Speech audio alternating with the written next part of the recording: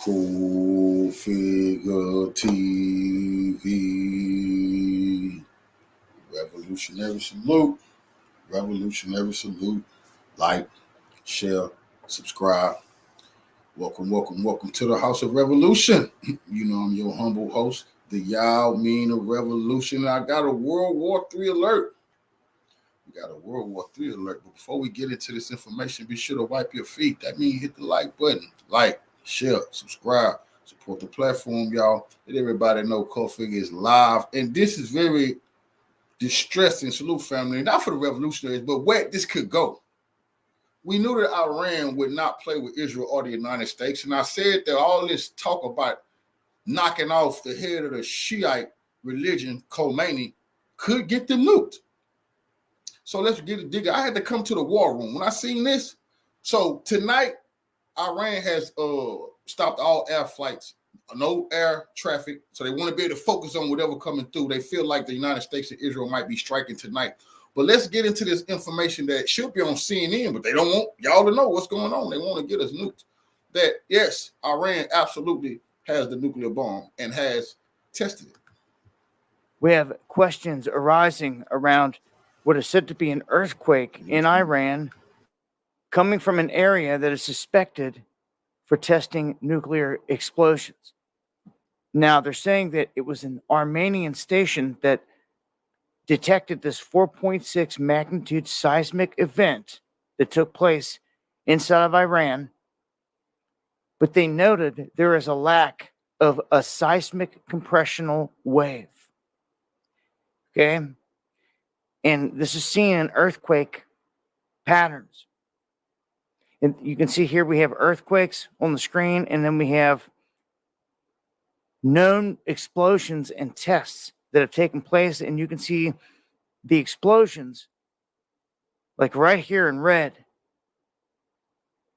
It's an initial burst of energy. Same thing over here with this one. And they're saying that with the earthquakes, you usually see, or you always see, this seismic compressional wave. And right now, it makes the event more consistent with an explosion rather than an earthquake. And that's just per what they're saying there. You can see here, try to pull up this. But they thought Iran was going to play with them? Nah. Image right here. They threatened to wipe Iran off the map. Showing you in a little bit more detail. Remember, Iran told them, whatever you do, we're going to return a favor. And I said, that's them telling them, if you are thinking about nuking us, you better think again, because it won't be no Israel. What it looks like, you got the initial burst of energy and then it just fades out, like we see with the explosions in Pakistan, North Korea, India. We go over here and we look at the maps. You can see Iran has 2 shallow quakes registered. This top one near Tehran is what we want to look at, near Semnan. And this is where it's a 4.5 officially. It looks like off USGS, and they're putting it at a depth of 10 kilometers. But I don't know. North Korea. We've seen they were finna go North Korea. They just gonna announce to the world we're a nuclear weapons state now, and all of that destroying us. You better just be thinking about it and not trying to act that out. Other events in the past, and they've registered at 10, depending on the site that you go to, because that's as far as they'll go in terms of the depth. They'll stop right there at 10 in terms of shallowness.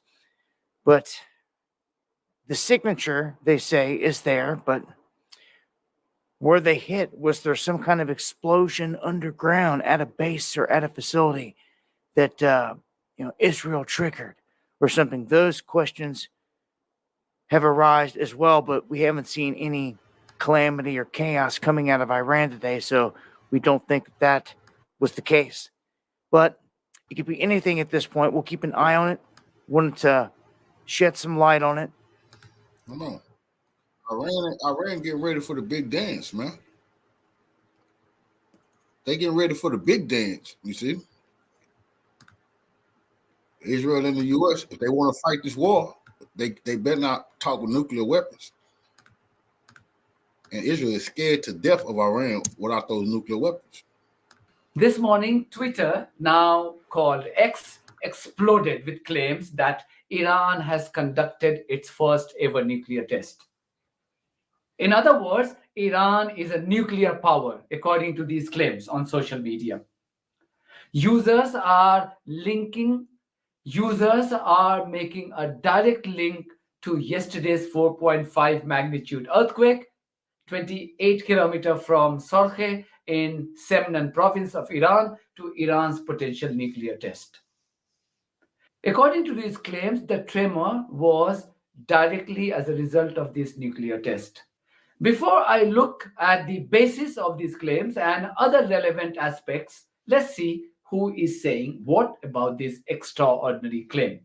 This is a tweet from user Adam, who has in excess of 167,000 followers and frequently tweets on the Middle East conflict. He tweeted, and I quote, "Breaking speculation that Iran's earthquake was the result of a nuclear test. The Kavir Desert, a large open desert area near Semnan, rarely has earthquakes." End of quote. User The Tribe of Truth also tweeted, and I quote, "If you were not sure that Iran has actually tested a nuke, check this seismograph that a station in Armenia picked up. Man, they tested. Also, please compare that to other underground tests conducted by other nuclear powers and see the difference between a nuclear test and a regular earthquake." End of quote. User Nadra Ali with 108,000 followers asked, "Has Iran conducted a nuclear test?"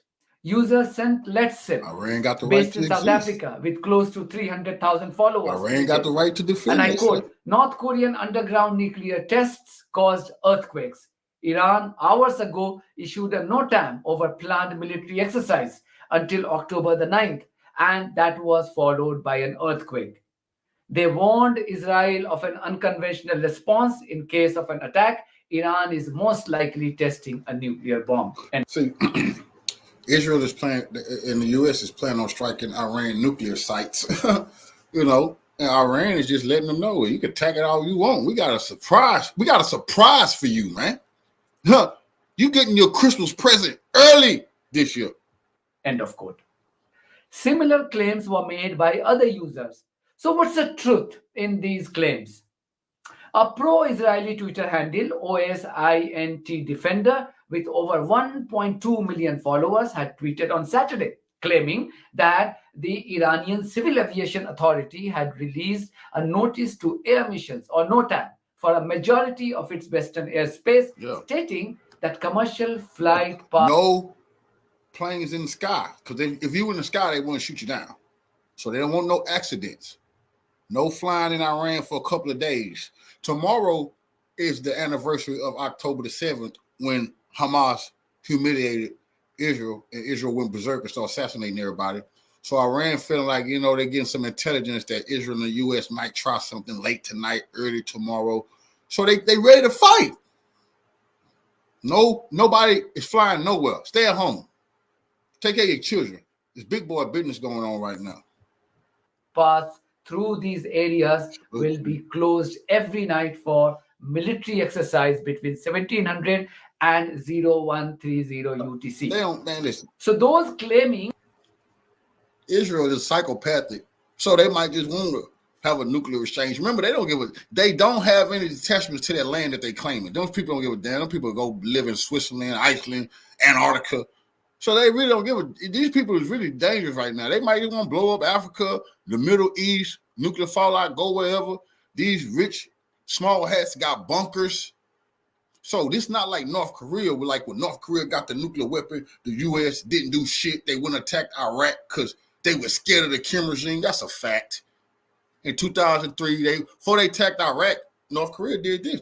When George Bush started talking crazy, North Korea tested a nuclear weapon and said, "Who the hell are you talking to?" And Bush said, "Oh, I'm talking to Saddam." Kim Jong, the father said, "Oh, I thought so, punk." But you see, we're dealing with Israel. You see, Israel, it's really a game of chicken. Who gonna back down? And Iran is showing they're not finna back down. saying that Iran has indeed conducted a nuclear test are using this no time notice to justify their claims. They're asking as to why would you close down your airspace for certain durations every night.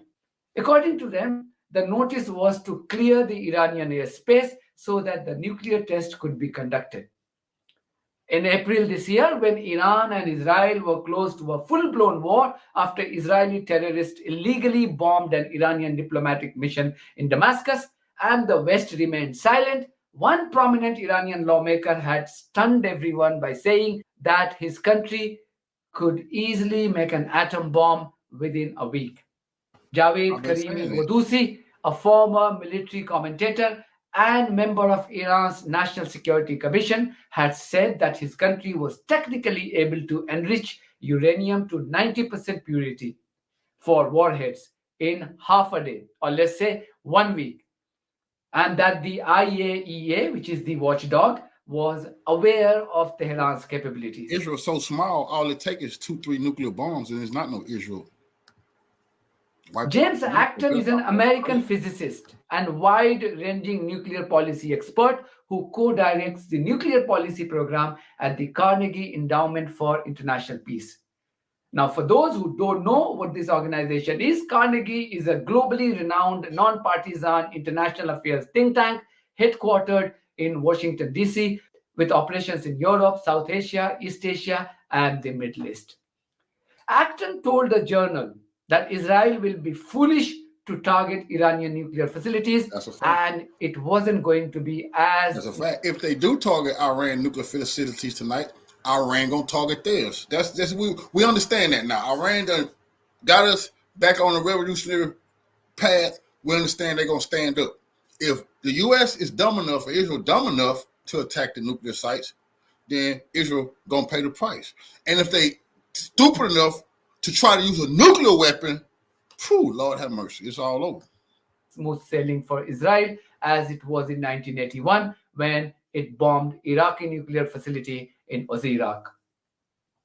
He goes on to say, and I quote, "But the Iranian program today is based around centrifuges, which are very small and can be manufactured quickly and placed almost anywhere. So even if an Israeli attack destroys Iran's current centrifuge plants as Fordo and Natanz, and it's not obvious to me that Israel has the capability to destroy Fordo, which is buried inside a mountain, but even if Israel can destroy Iran's existing centrifuge plants, Iran is almost certainly going to reconstruct centrifuge facilities. In fact, it may already have clandestine centrifuge facilities. We don't know, but even if it doesn't, it will construct.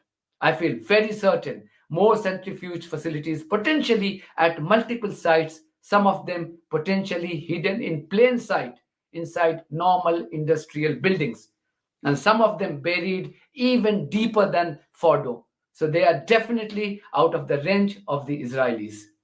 End of quote.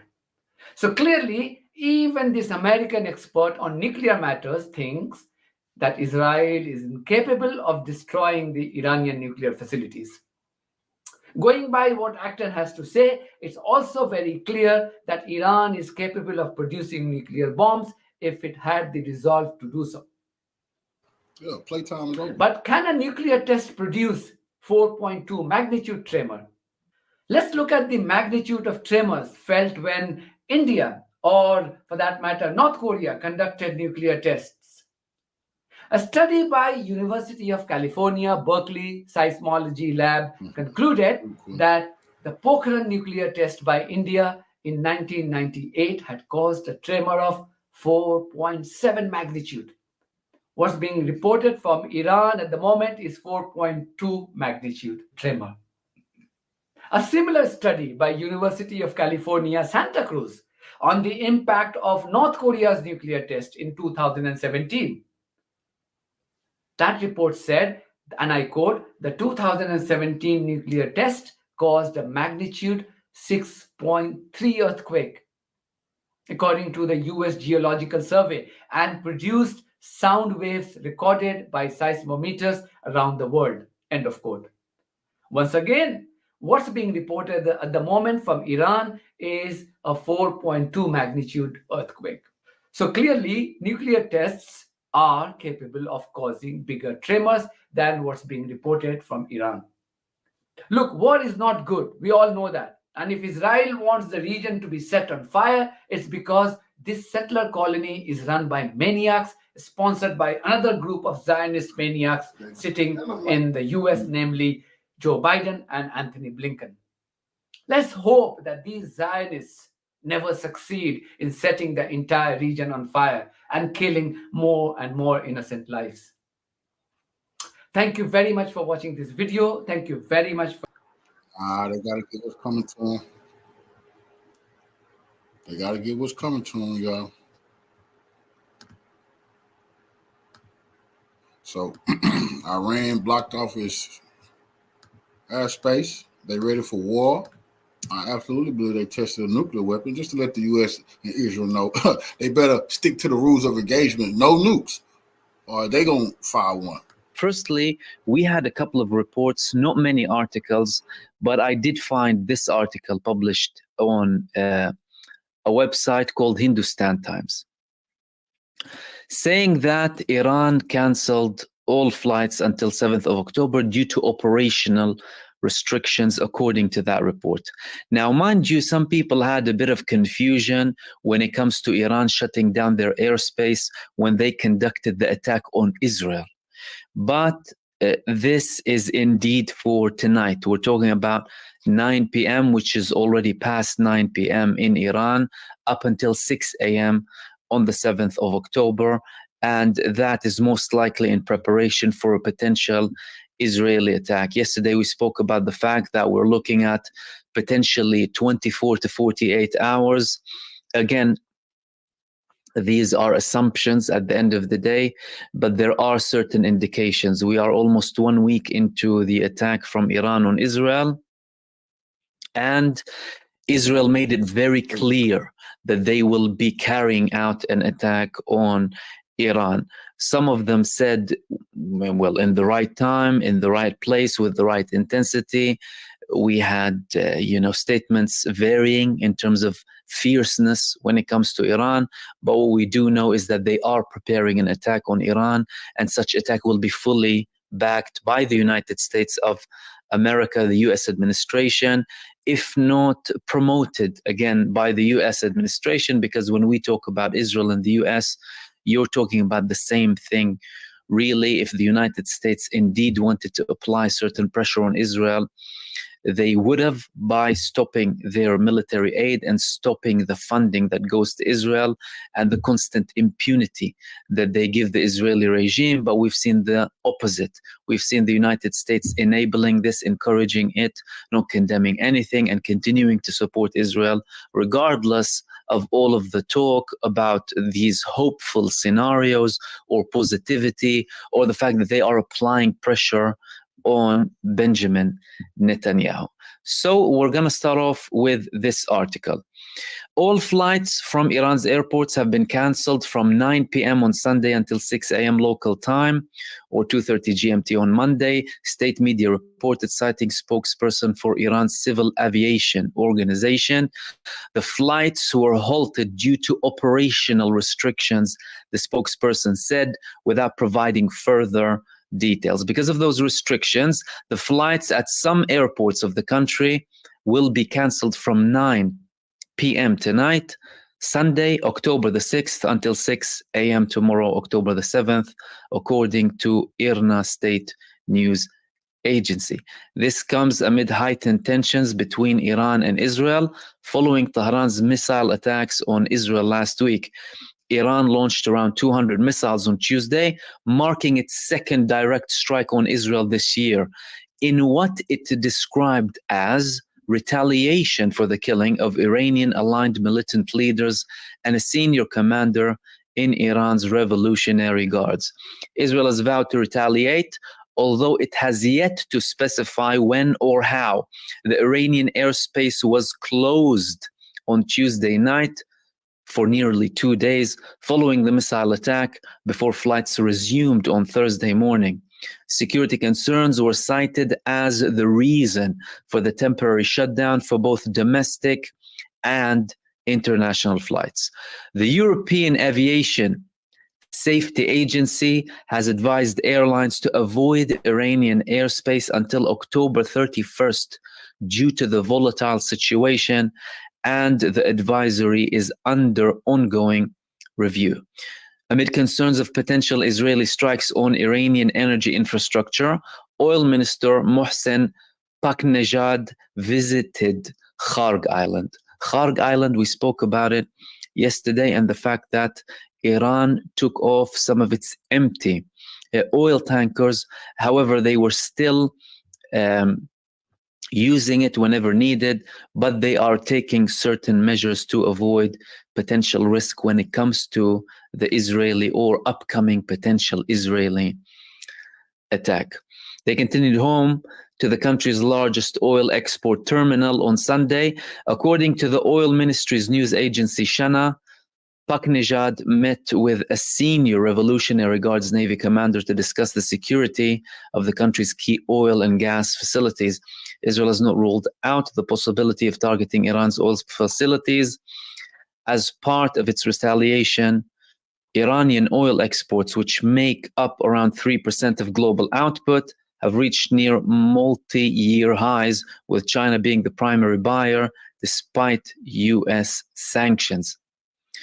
The Kharg Island terminal, from which around 90% of Iranian oil exports are shipped, has storage capacity of 23 million barrels of crude, making it a critical site in Iran's oil industry. So, firstly, when it comes to the warnings, these warnings are not restricted only to Iran. We had warnings to civilians in Lebanon, to citizens in Israel. Russia issued a very intense warning to all Russians residing in Israel to leave so long as such an opportunity exists. And you're talking about 1.5 million Russians. So clearly things are escalating and countries know that something is about to happen. When it comes to Russia, they chose now when they could have issued such a severe warning previously, but this also came after the Israeli attack near one of their air bases in Syria. That's the first thing that I wanted to talk to you about. Iran is clearly preparing. They are anticipating something which could potentially be tonight within the next few hours. The second thing that I wanted to talk to you about. There was a reported earthquake. However, some people suspect that it might not be an earthquake. And if it wouldn't be an earthquake, they thought it might be, or at least assumed that it might be, an Iranian nuclear bomb test. So we had this article here. Did Iran conduct underground nuclear test on Saturday night? Measured earthquake in region suggests, and they continued, the intensity was 4.5 on the Richter scale. An earthquake of moderate intensity occurred in Iran and Israel on Saturday night, October the 5th. Strangely enough, both the countries experienced the earthquake at a marginal difference in the timing. In such a situation, it is being speculated whether Iran has conducted its nuclear test. The earthquake occurred in the Aradan city of Semnan province in Iran. Its intensity was 4.5 on the Richter scale. The earthquake occurred at around 10:45 p.m. local time, and its epicenter was at depth of only 10 kilometers from the ground. The tremors were felt in Tehran, which is 110 kilometers away from the epicenter of the earthquake, reports the U.S. Geological Survey. Given the intense state of conflict between Iran and Israel, people have started linking the earthquakes in these two countries with Iran's nuclear tests on social media. There have been speculations in many reports that it was not an earthquake, rather Iran conducted underground nuclear tests, due to which a shock was felt in both countries. A report claimed that the earthquake in Iran occurred very close to the nuclear power plant, so it cannot be said whether the shock was due to an earthquake or a nuclear test. Another report claimed that the earthquake in Iran could be an underground nuclear test because its center was at a depth of only 10 kilometers from the ground. In such a situation, the speculation about Iran's nuclear test has deepened. Actually, the earthquakes in Iran and Israel occurred amidst the boiling tensions between the two Middle East countries after the alleged killing of Hezbollah leader Hassan Nasrallah and Hamas leader Ismail Haniyeh. Iran rained about 400 missiles on Israel on October 1st. Israel has vowed strong retaliation following the Iranian attack.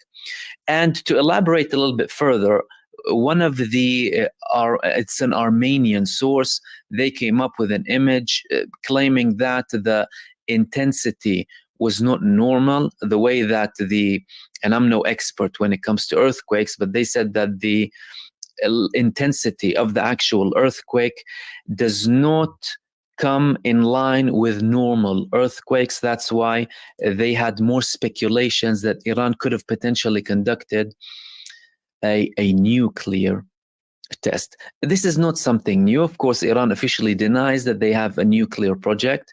However, when they were threatened with a nuclear response from Israel following their initial attack, or after, more specifically, the assassination of Ismail Haniyeh in Tehran by Israel, they said that you can be attacked with a nuclear bomb. And Iran responded to that by saying, we will respond with the same intensity or same power. And many people analyze that as a clue, a hint that Iran might have a nuclear bomb at its disposal should it need it. Do they already have it? Will it be? So we done thinking Iran bluffing. If Israel threatening to nuke Iran and Iran say you will be hit with the same force, what else could it mean? Except if you nuke us, we're going to nuke you back. Come on, man. Be borrowed? Has it been purchased? Was it delivered? All of that is something else, but they would potentially have it at their disposal if required. There were reports that the Russians would allow them to use a nuclear bomb, other reports that they could have obtained one from North Korea or potentially have developed it themselves, because the nuclear project of Iran is very old. And we also had periods, in particular after the fall of the Soviet Union, where you had an open market for nuclear weapons, and many countries purchased nuclear weapons without declaring.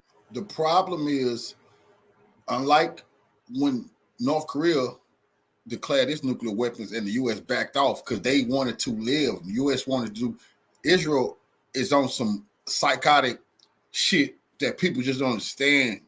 Some cult nonsense they got going on, synagogue or Satan type foolishness. They want the destruction. You see, we got to understand who we dealing with here. What type of people? We're dealing with the people who say there's too many useless eaters on this planet. These people saying you taking a shit, excuse my language, that is causing problems to the ozone. That's causing climate change. I'm telling you the truth.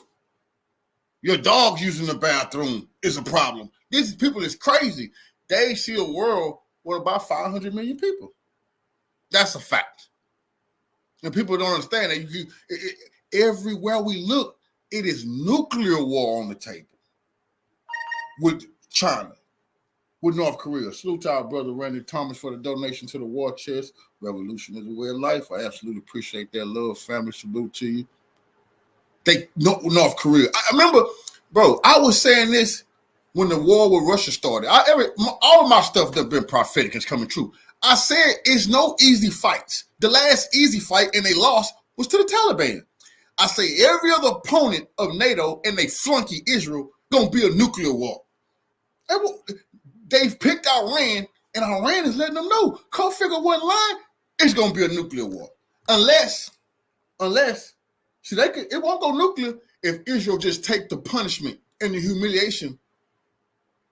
But they won't take that. anything. So it's intense, and again, that could be true, that could not be true, but we are analyzing what we're seeing now and the reports that we're getting. We wouldn't be surprised if Iran would conduct an operation now, because when it comes to the attack from Israel, you cannot underestimate the damage that Israel could inflict on Iran. It would not be a walk in the park, especially with the fact that Iran definitely has S-300 air defense systems alongside their versions of something similar to S-300s. There were reports back in August that they received the S-400, which is even more advanced with a longer range. That's super advanced. So, tense situations, and Iran is, of course, preparing with the oil tanker situation, with the airspace closure, and with this report of this potential nuclear test. It does not seem like if Israel decides to bomb Iran's oil facilities, Iran can close the Strait of Hormuz and you not driving to work this week. No, just over with. I already told you. You're gonna ride a bike or walk, or you're gonna do something else, but it don't have nothing to do with no gas.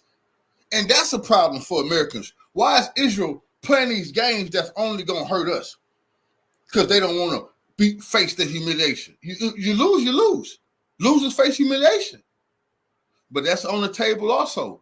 Iran might just decide, if they bomb any oil facilities, to just block the Strait of Hormuz, and that's going to crash the U.S. economy. That's going to hurt us. We don't deserve that. But these are the games that they playing. Iran got plenty of options. And one of them they showing the world is nuclear. Like Israel is backing down the response. Today we had statements from Yoav Gallant saying that we will respond, but we will respond at the time, in the intensity, and in the location that we will decide. However, I don't think that Israel is in a position to delay such an attack very much. The United States is already deployed. They already sent many troops and had reinforcements, increase their presence, their levels. They have the aircraft carriers. Of course, how likely are they to be that effective? With the latest show that we had from Iran with over 90% success rates on Israel with their supersonic and hypersonic missiles, I'm not sure. But it wouldn't be a walk in the park, any attack on Iran. And Iran not gonna sink those aircraft carriers unless planes take off from them and bomb Iran. If planes take off from that aircraft carrier to bomb Iran, then those 5,000 sailors, they might lose their life, and that's disgusting. Those young men and women do not deserve to lose their life protecting Israel.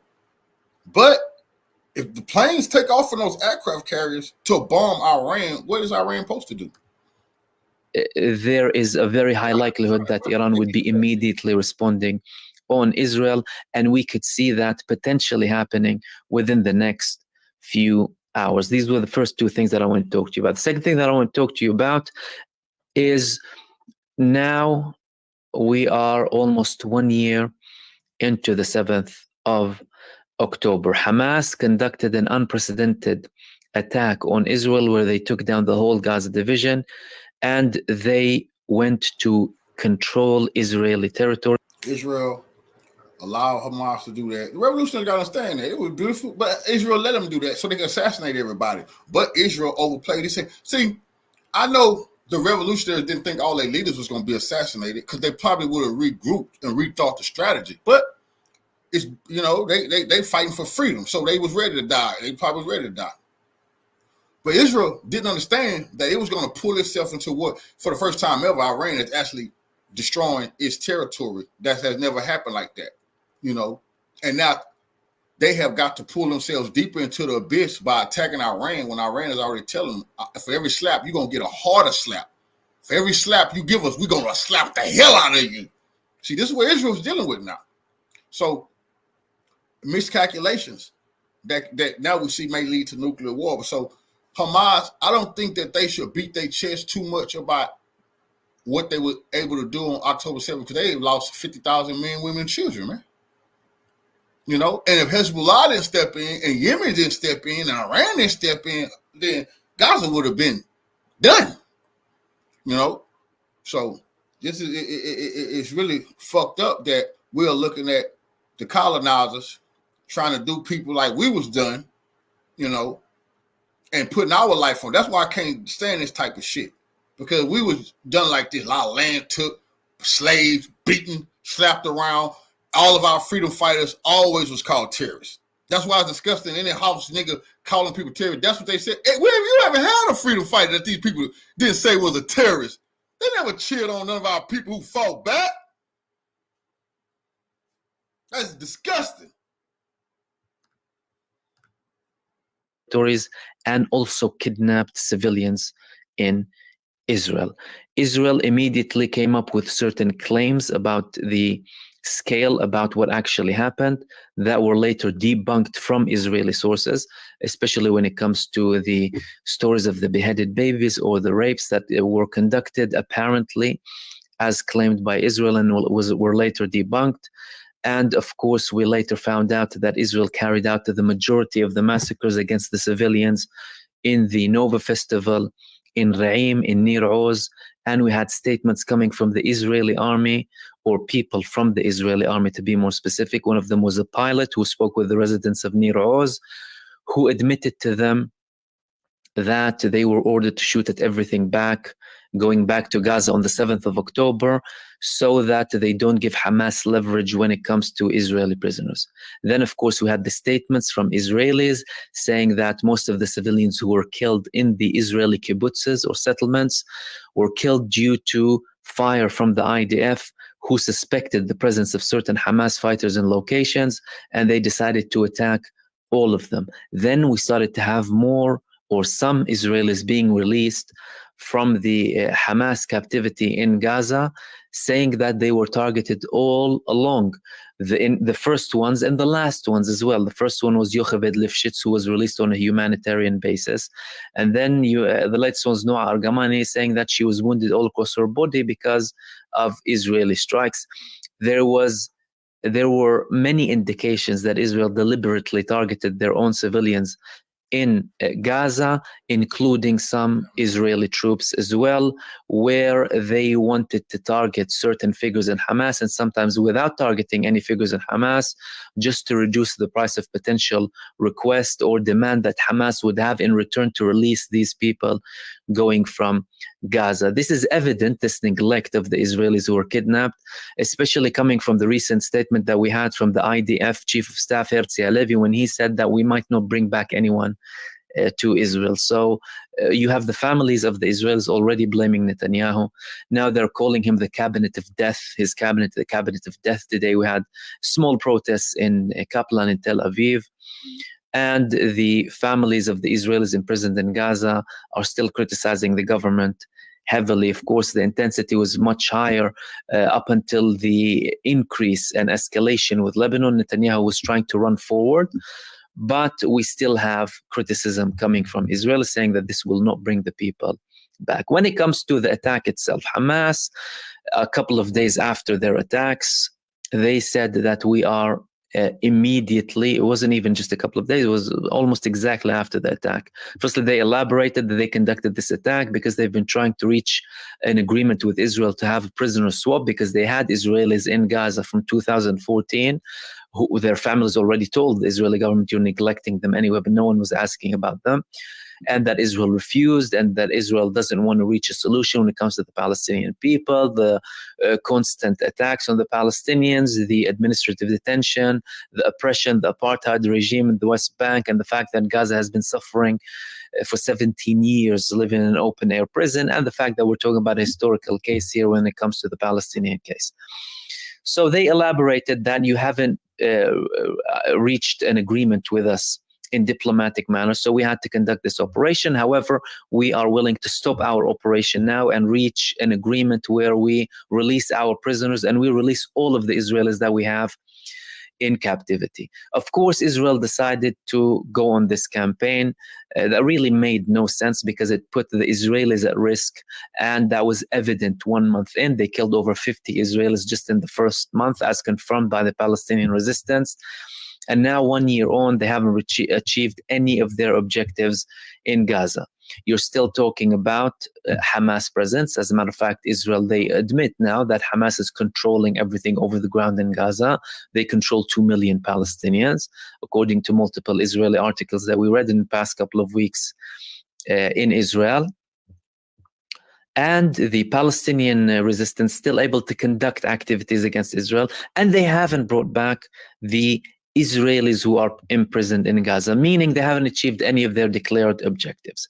If we want to talk about the undeclared objectives, which are total destruction and ethnic cleansing of the Palestinians, they have achieved destruction, but they haven't achieved the ethnic cleansing, not only for the sake but when it comes to the Palestinians and the Palestinian resistance primarily, but also because of the Egyptian position not to allow a mass exodus of Palestinians into Egyptian territory, particularly in Sinai, because they knew that from their perspective, Israel has a plan to reoccupy Sinai. They wanted the Palestinians to be expelled to Sinai, and then they wanted to have that as a pretext to go and attack them in Sinai and put the blame on Egypt as a whole to legitimize an all-out attack on Egypt, something that Egypt, of course, was aware too, and something that would have potentially been supported by the United States administration and all of the countries that support Israel. This is where we are now when it comes to Gaza. Failure when it comes to the objectives. The pressure on Netanyahu has been increasing, but no one was able to take him down. That's why Benjamin Netanyahu, when it reached the peak of the protests against him internally, and again, we could be talking a lot, by the way, about the fact that Benjamin Netanyahu received numerous criticisms coming from people in Israel, in the security establishment, in the military establishment, previous prime ministers, and a big chunk of the Israeli society about the way this operation has been conducted and the fact that he is not prioritizing the lives of the Israelis. Netanyahu always avoided this, and he went on with his own campaign because he had bigger plans. He's talking about a man that 2 weeks following the 7th of October started to hand out gas exploration contracts. And you had people preparing to go and settle in Gaza. And we also had indications and proof coming from Israel that certain troops in Israel knew about a potential attack, and they were dismissed their warnings by their commanders, hinting to a certain prior knowledge that something was about to happen, potentially not the scale, not the level that they would anticipate, but something was about to happen, and Israel wanted to use that as an opportunity to assassinate everybody, to once and for all get rid of the Palestinian population in Gaza, because from their perspective, that would give the demographics in Israel a new level of protection for the next coming decades. Israel assassinated every leader except Khomeini, the supreme leader of Iran. Everybody came. They got to tell the truth. That would, that's all they've been able to do is the assassination campaigns, which is terrorism. They fell in militarily, but they absolutely have assassinated most of the leaders of Hezbollah. They assassinated Nasrallah. May his revolutionary name live forever. Salute to Nasrallah. Long live Nasrallah. The man who stepped up to be the leader of Hezbollah, I just seen it yesterday. They assassinated him. Hezbollah had to admit yesterday they haven't been in communication with the dude. So I would suggest that Hezbollah do not name you don't have to come on. I know you don't have to come on TV and tell the world who your leader is, bro.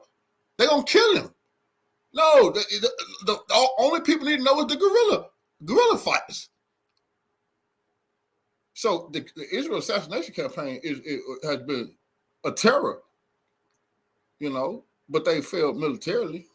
Israel has had a problem with the demographics ever since 2015, when we had majority Palestinian population between the Jordan River to the sea. So Israel, West Bank, Gaza, more than the Jewish population, because many of the Israeli Jews live outside of Israel, but Israel still includes them in their statistics that they live inside of Israel.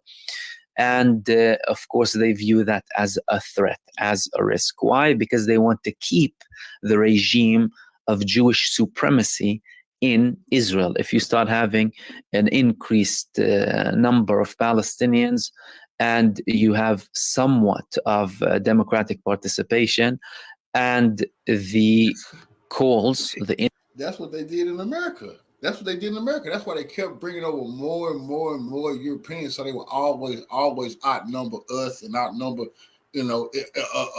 everybody that's not white.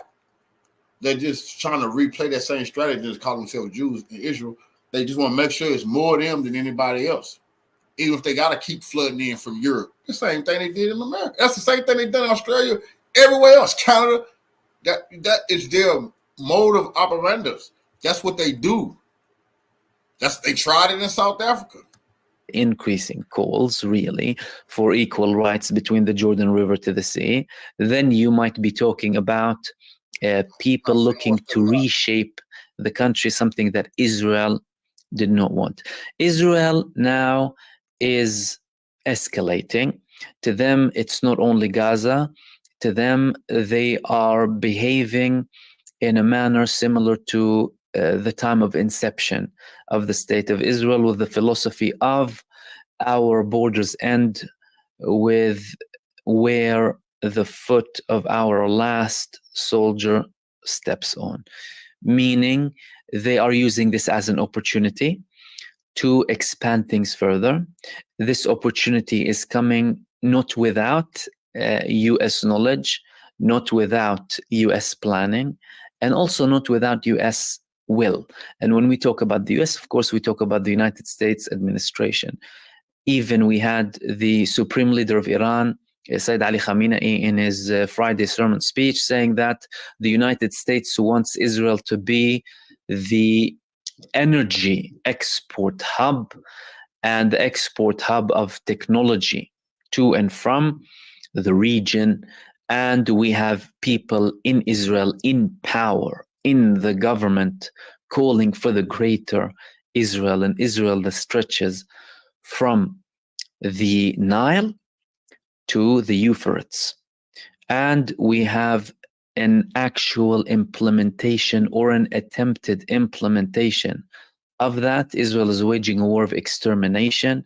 In Lebanon, they are taking the same steps that they took in Gaza. They are still faced with severe resistance, despite the fact that they had infiltrations at such high levels in Lebanon in particular. But when it comes to the functioning of the actions that are being carried out against them, they haven't been able to take that down or reduce its intensity. As a matter of fact, ever since the escalation from Israel, we have seen an escalation with resistance. The maximum that we had before this escalation is the minimum now, a minimum of 200 missiles a day on Israel that are larger in diameter, that reach deeper into Israeli territory, and that put more Israelis at risk and force more Israelis out of their homes. This is something that Hezbollah told them, but again, Israel did not listen. So we are talking about a stage where we are seeing no genuine steps to de-escalate. Israel is again using this as an opportunity, and they are looking to set themselves as the only power in the region. They have genuine intentions to take down any resistance in Lebanon, any resistance in Gaza, expel the Palestinians of the West Bank, and then change, like they call it, the government in Iran as well. These messages that Benjamin Netanyahu has been They're gonna fail. They absolutely can't change the government in Iran. The government in Israel finna say. But before we go on and see more of what's happening in the Middle East, I want you to show you clowns like Lindsey Graham. This is why they're getting away with it. Just watch this. And Honolulu, go to Jimmy Now this is gonna be very for tickets. You want to see how little your politicians care about Americans versus funding the military-industrial complex wars? So here's Lindsey Graham. He said he prefers to help Israel instead of the hurricane victims in South Carolina.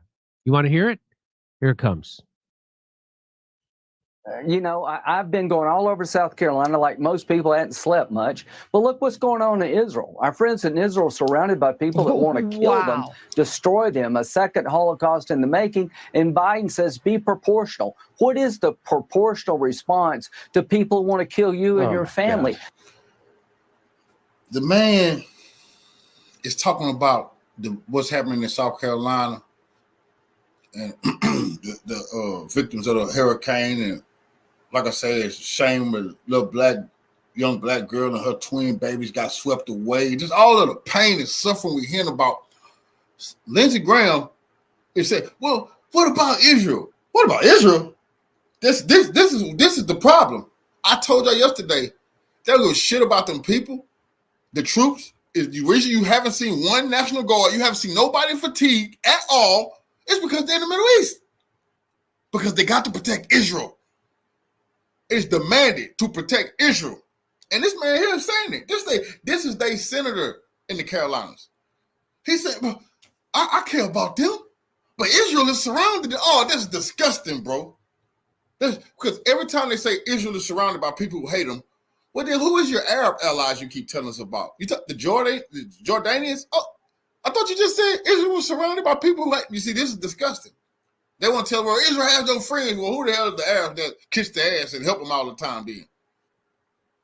And like, once again, they love to say, you're just surrounded by enemies, because that's what they said when they came here. It's the same story. Oh, the natives, they just surround us. See, enemies on every side. This is disgusting. I don't like that type of shit. Because guess what? If you take your civilization and implant yourself in the middle of people who don't look like you, they probably not going to like you. And you probably going to have enemies all around you. They're running out of ammunition in Israel. We have to help our friends to keep the war over there from coming here. They're willing to. Got to fight them over there, so we're going to have to fight them over here. We got to fight the Palestinians to keep the war from coming over here. What? Man, are you crazy? What? Palestinians only got an army. That's what these people bullies, bro. That's why they deserve to get their ass knocked down one good time. It's disgusting. We got to fight the Palestinians. You want to pick on some goddamn body. We got to help Israel. Man, this is disgusting, bro. People dying in the floods. He's talking about Israel. Yep. Israel. We got to stop Palestinians from attacking America. I guess they got really good arms to throw those rocks all the way across the ocean. You're making them people hate us. You're making them people hate America. Our bombs is wiping them out. Our politicians is talking about killing them. Look, you're making people not. They say death to America. See, what the hell are they supposed to be chanting? I mean, when they show you people yelling death to America, what are they supposed to say? Thank you, America, for killing my whole generation. Thank you for starving me. Thank you. I ain't ate in a week. But if I say death to America, see, they hate us. They hate our way of life. What a joke. I'm sick of this shit. It's nice to see that not giving a shit about hurricane victims in the United States. Truly bipartisan. First Kamala, Pete Buttigieg, Joe Biden, now Lindsey Graham. It's truly bipartisan. Man, these people like the Nazis look like some squad boys, bro. I'm telling you, Hitler could only wish he was. Todd Peterson says Lindsey Graham essentially tells Americans impacted by Helene to F off and remind everyone that Israel demands more immediate attention. Yeah, they got him. You do not hate these uniparty monsters enough. Lindsey Graham not married, y'all. He fell for he went to one of those massage parlors. They had some little boys in there. All of them. That's why Israel Ben got him hook, line, and sinker, where he would make an ass of himself. They asked him about his constituents in the flood. He said, but what about Israel? Because Israel letting all them people know, you better put us first, or else we're gonna leak your goddamn tape. This is a forever deal. They never get away. Why the hell you think Epstein had a picture of Bill Clinton? When you first walk into Epstein mansion, everybody know this truth. When you first walk into his mansion, they say you look up, it's a picture of Bill Clinton, our president, in a motherfucking dress. A dress. Bill Clinton. Come on, man. They always letting these motherfuckers know the humiliation. And Epstein saying, nigga, this only a painting. I got the tape of what he did in that dress.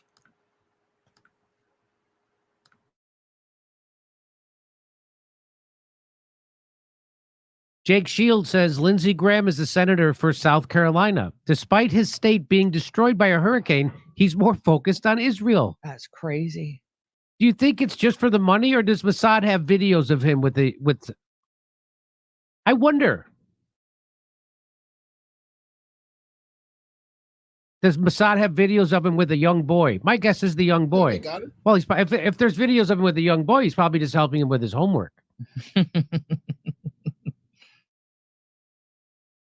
You want a horror story for Halloween? How about this one? Everybody in charge of your world is a pod person body snatcher.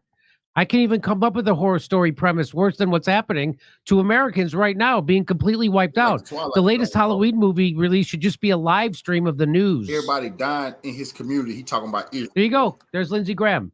Do you think he's being blackmailed by One of Israel? the most powerful men in the world. I think so. And he love kill people.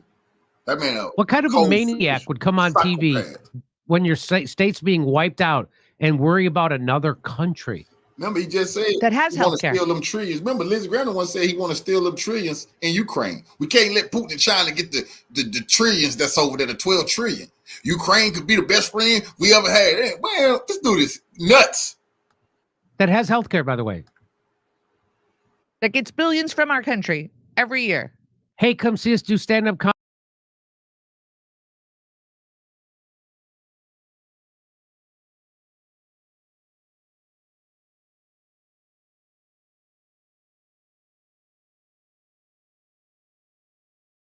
To set the mood, I had to, before we get back to Israel, I want to let y'all hear that. So y'all be right and pissed off, knowing that this is what's really, Israel know they got the green light. They gonna get their ass nuked. The U.S., and that's what's so crazy. When you listen to these Zionist Americans, that they want the end prophecy. They want the end of the Jews. That's real talk. These people sick, bro. They want the Messiah to come take out the Jews. These people sick. Y'all don't know how psychotic of a game that the white Christian Zionists are playing with Jews. Professor Morandi, who is attacking who? First, I think we should go back a bit and remind your viewers how the conflict started. The United States and the Israeli regime, they carried out a cyber attack on Iran's nuclear program many years ago, causing damage and putting the lives of people working in the program at risk. Later on, there were a series of assassinations where they all murdered a number of scientists. One was a colleague of mine at the University of Tehran, who was murdered in front of his wife and family. And all of this was carried out as joint operations. In other words, Israeli intelligence is not sufficient enough in order to carry out these operations. These were joint operations with the United States and with the full support of Western governments across Europe and elsewhere, wherever they were needed. Whether they're embassies in Iran or their embassies in neighboring countries or NGOs, Western NGOs, whenever they were needed, they were used to help the Israeli regime carry out acts of terror. For example, the United States holds the leash for the MEK terror organization, the Mujahideen Khal, as they call themselves. They have bases across Europe and North America, and they have a major camp in Albania, where thousands of people are stationed. These people, during the 1980s, fought against Iran. They carried out many terror attacks in the cities, in Tehran, and they later went and joined Saddam Hussein and fought against the country as they were being supported by the West. So they were working both with Saddam Hussein and the West, because in the 1980s, Saddam Hussein was an ally of the West. The West gave him chemical weapons and all sorts of other conventional weapons to fight Iran. So this group, the MEK, the Mujahideen Khal, as they call themselves, this cult was used by the Israelis with American consent to carry out espionage, to gather intelligence for operations, and also to carry out terror attacks in the country. So we also then saw assassinations of other people, like the deputy Minister of Defense, and also the Israelis constantly in support of ISIS and Al Qaeda during the dirty war in Syria. And I think nowadays everyone better understands what was happening in the previous decade in Syria. The dirty war in Syria was carried out by NATO and regional allies to break the link between Iran and the resistance, to break the bridge. And regional countries did a deal with the devil. Mr. Erdogan would get a piece of the cake, but Syria would be basically a broken country controlled by the West. In Syria, when ISIS and Al Qaeda were advancing in 2013, the Iranians got involved. They were not involved for the first couple of years at all, nor was Hezbollah. Only when ISIS and Al Qaeda had brought in tens of thousands of foreign fighters, many of them from Europe, only then did they get involved to prevent these terror groups from gaining the upper hand and planting their black flags over Damascus and later Baghdad. When Iranian troops were here in Syria, the Israelis would regularly bomb them in support of these terror organizations. And so Iran, throughout these years, showed strategic patience. And then, of course, we had the terror attack on the Iranian embassy, where a number of Iranians were murdered in Damascus, and the United States, France, Britain, and Germany, they all at the UN Security Council supported Israel. In other words, they supported the airstrike on the Iranian embassy. So Iran had no option but to carry out a retaliation. Now, back then, if you recall, when Iran carried out the retaliation, many in the West ridiculed Iran. But as I said back then, the Iranians carried out this attack to force the Israelis and mostly the Americans, because the heavy duty work is done by the Americans. The heavy lifting is done by the Americans when it comes to surface to air capabilities. In general, the Israelis don't really, on their own, they're nothing. It's in any area. It's the Americans really that fund it, that support it, and that stand behind them. All these bunker busters, all these bombs that they're bombing day and every day, planes are coming in to help them slaughter women and children. So in Syria, when this happened, the Iranians retaliated, and Iran fired 300 or so drones and missiles. Most of the drones were old drones, most of the missiles were old missiles. And the reason was, not only did Iran want to force them to fire everything they had and spend billions of dollars, but more importantly, the Iranians wanted to gather intelligence to see what capabilities they had, so that next time around, if necessary, Iranian missiles and drones could be fired in a way in which they would have maximum effect. So again, when the Israeli regime murdered martyr Haniyeh in Tehran, who was a guest, and I'm sorry if I'm tiring you guests, but I think these are all important. When they murdered the martyr Ismail Haniyeh, who was the political head of Hamas, when they murdered him in Tehran, at that time he came to Tehran as a guest of the president-elect. And he was in his inauguration, and they hugged. And later on, he was murdered in Tehran in an official guest house. So when the Iranians took that to the UN Security Council, again, the United States, France, Britain, and Germany supported Israel. So terrorism in Iran is allowed. Bombing Iranian embassies is allowed. The Iranians decided that obviously they have to retaliate. That retaliation took some time. Some people were critical of it. I have no real comment to make on that at this stage, because I really don't know what goes on behind those closed doors. Some say they do, but I'm skeptical about some claims made by people, because I think some of them probably have even less access than me. But in any case, part of the delay was because of the negotiations over the ceasefire, even though the Iranians knew that the United States was lying and that there were no plans for a ceasefire. But the calculation was, and this is something that the martyr Sayyid Hassan Nasrallah said in a speech that he made when they carried out their retaliation. He said, "We waited because of the negotiations." And what is the problem of not waiting? Because if, for example, the Americans,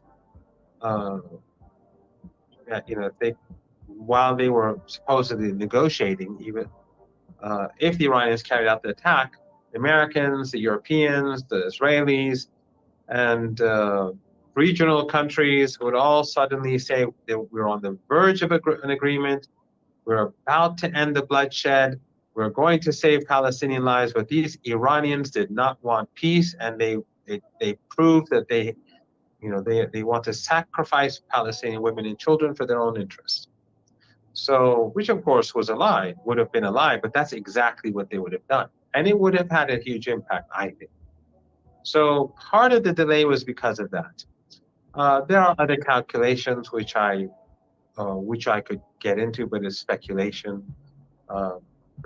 Iran preparing itself for defense in case when Iran ultimately attacks. But I'll leave it at that for now on. What I can say is that the Iranians believe that an Israeli response is almost inevitable. When they carried out the attack, that was the expectation. But regardless of the nature of the Israeli strike and how large it is, and have no doubt that it will be carried out with full American support and full coordination. If the Americans say, don't do this, and then the Israelis say, well, we're going to do, we may do it, that's all for show. They are cooperating at every level in their attacks on Iran. In their attacks on Lebanon, it is American intelligence and the Five Eyes that are used to find underground bunkers or bases in Damascus. It is Western embassies, Western NGOs, many Western journalists who over the last couple of decades have been gathering intelligence, along with the many refugees who pass through the country. Many of them could be used to gather intelligence. They've been working and collaborating together throughout these years, and over the last year in particular, and in the case of Lebanon, over the last month, we know American planes and drones fly alongside Gaza. The point is that everything that is being done in Lebanon, in Gaza, is being done with the help of U.S. and European and British intelligence. And the strike that will be carried out against Iran will be in full coordination with the United States, and it's complete nonsense if the Americans go out and say we didn't want this and they did something else. The Americans and the Israelis are cooperating together at all levels and on all operations, with regards to all operations.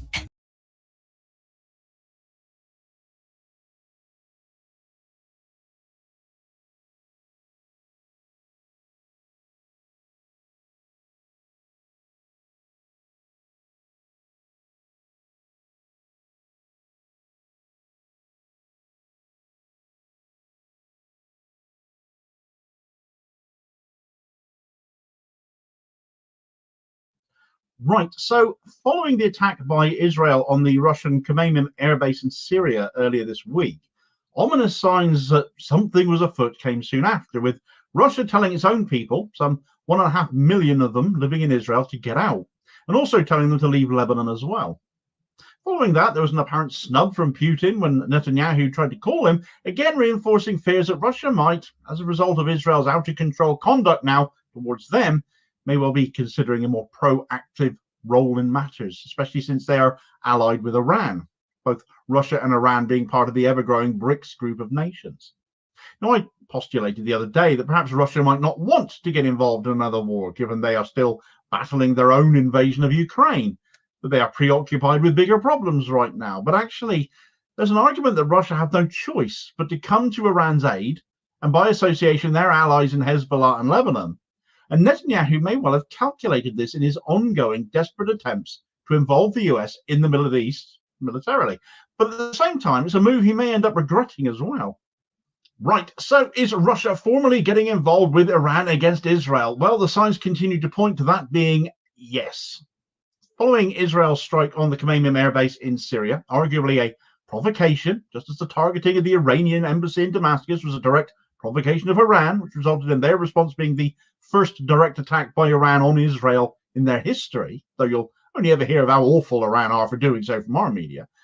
There have been the calls from Russia to their people to not just get out of Israel, sparking fears of a military response from Russia, but also for them to leave Lebanon as well. Obviously, with Israel attacking that nation as it is, there are fears for their safety, just as our UK government have been telling people to get out too, though, of course, the UK chartered just one plane to do it and told their people if they wanted out, wanted a seat on it, it'd cost them £330 a head. Survival of the richest, as that was seen to be.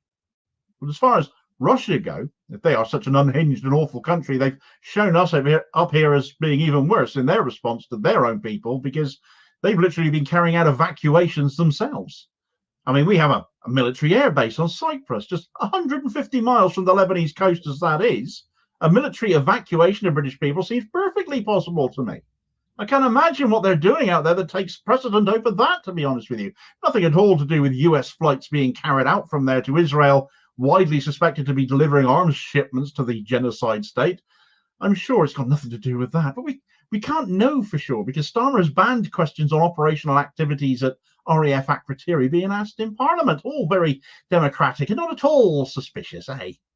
Anyway, with Russia getting their own people out of the way of danger, both in Israel, which is itself being targeted, of course, as well as Lebanon being targeted very much by Israel, there was then the alleged call from Netanyahu to Putin, which got snubbed. And if that story is true, it certainly makes sense given the alliance that exists between Iran and Russia. It's no exaggeration to say Russia's war in Ukraine is not going their way, is taking far longer, costing far more than Russia expected it to. And according to Al Jazeera, this has made Russia more reliant on its allies in order to keep it going. Russia has received significant Iranian assistance for its own invasion of Ukraine, tying it to Tehran's interests in the region. Russia has been closely cooperating with Iran for the past 2.5 years, but exclusively in the military sphere, said Ruslan Sulaymanov, an independent Russian specialist on the Middle East based in Baku, Azerbaijan. Iranian weapons are in great demand. They have never been in such demand, and Russia has become dependent on Iranian weapons. Iranian military instructors, Sulaymanov said, now visit Russia and are helping to build a factory for the production of Shahed drones inside Russia. As a result, Russia is forced to support Iran's allies in the Middle East, such as the Hezbollah movement, Sulaymanov said. So Russia and Putin, because of Ukraine, may actually be forced to come to Iran's aid now, and that of its allies in Hezbollah, who Russia are not as keen on, it has to be said. I don't really think Russia wants to be taking a proactive role in the Middle East. They're reliant on Iranian arms themselves right now to keep things going in Ukraine. But that isn't to say the disorder in the Middle East isn't to their advantage, because with Israel acting like it is in order to try and drag the US into more war to help them, it's distracting the US from Ukraine, which benefits Russia. What doesn't benefit Russia is Iran becoming directly involved. And so to keep Iran happy and keep them supplying Russia with arms that they need, they're going to have to expend some time and energy defending that arms trade. But coming after that attack on their airbase, well, it certainly gives Putin the excuse to move in and make his presence felt. To that end, claims by retired former US Army colonel and former aide to US Secretary of State Colin Powell, a chap called Lawrence Wilkerson, a long-time critic of Israel from within US positions of influence, has said that he has been told that Russia already has people in Iran and that Russian aircraft to support any Iranian push on Israel or response to any expected response by Israel still to come after their airstrikes from Tuesday night, which if true, and he doesn't cite his sources, military as they are alluded to be, would be entirely in keeping with Russia's obligations to support Iran and would certainly bear out the speed with which they have been evacuating Russians from Israel and Lebanon. If Russia themselves think they may end up having to get more directly involved very soon in defending Iran and their allies against Israel. With Iran having threatened a larger response if Israel strike them again, though, both attacks by Iran on Israel having themselves been retaliations to Israeli attacks, of course, not that our media promote that line whatsoever, be it coming from the likes of Iranian politicians or the message being carried on news programs here by guests such as Professor Mohammad Marandi of the University of Tehran, who has been tearing apart pro-Israel narratives with ease on our news channels of late, Israel's threat of another response really would be best left as a threat instead of something to carry out. But you just can't see an Israeli leadership as desperate and out of control as this one is, listening to reason now any more than they would have done a few days ago. For as long as Israel can rely on Israeli arms and support, they're going to keep provoking matters until they get what they want or the US administration finally get real. Meanwhile, if you've not heard of Professor Mohammed Morandi yet, haven't seen him on TV making establishment client journalists wish the ground would swallow them up whole, then this video recommendation is essential must-view watching in my view. We don't get the Iranian side of the story often, too indoctrinated by the bias of our own politicians and their loyal media and their allies. But when it does get a chance to cut through, it resonates, and that's usually because the ring of truth generally does. Give it a look as you see.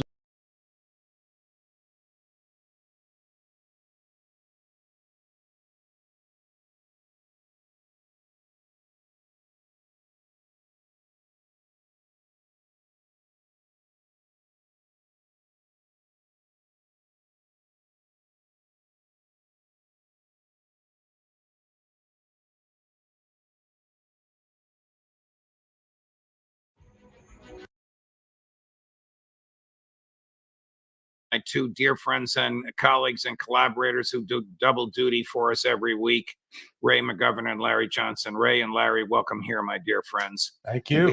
We have much to talk about with a little bit with Ukraine, but much with Israel and the various events that have happened since we were all together last. But before we do that, I want to play a clip from Julian Assange, which the viewers have seen and I think you've seen, but it's very profound. It's a summary, in his view, of what the CIA did to him. And I'm going to tell you now what I'm going to ask you after we watch this clip. Is this credible?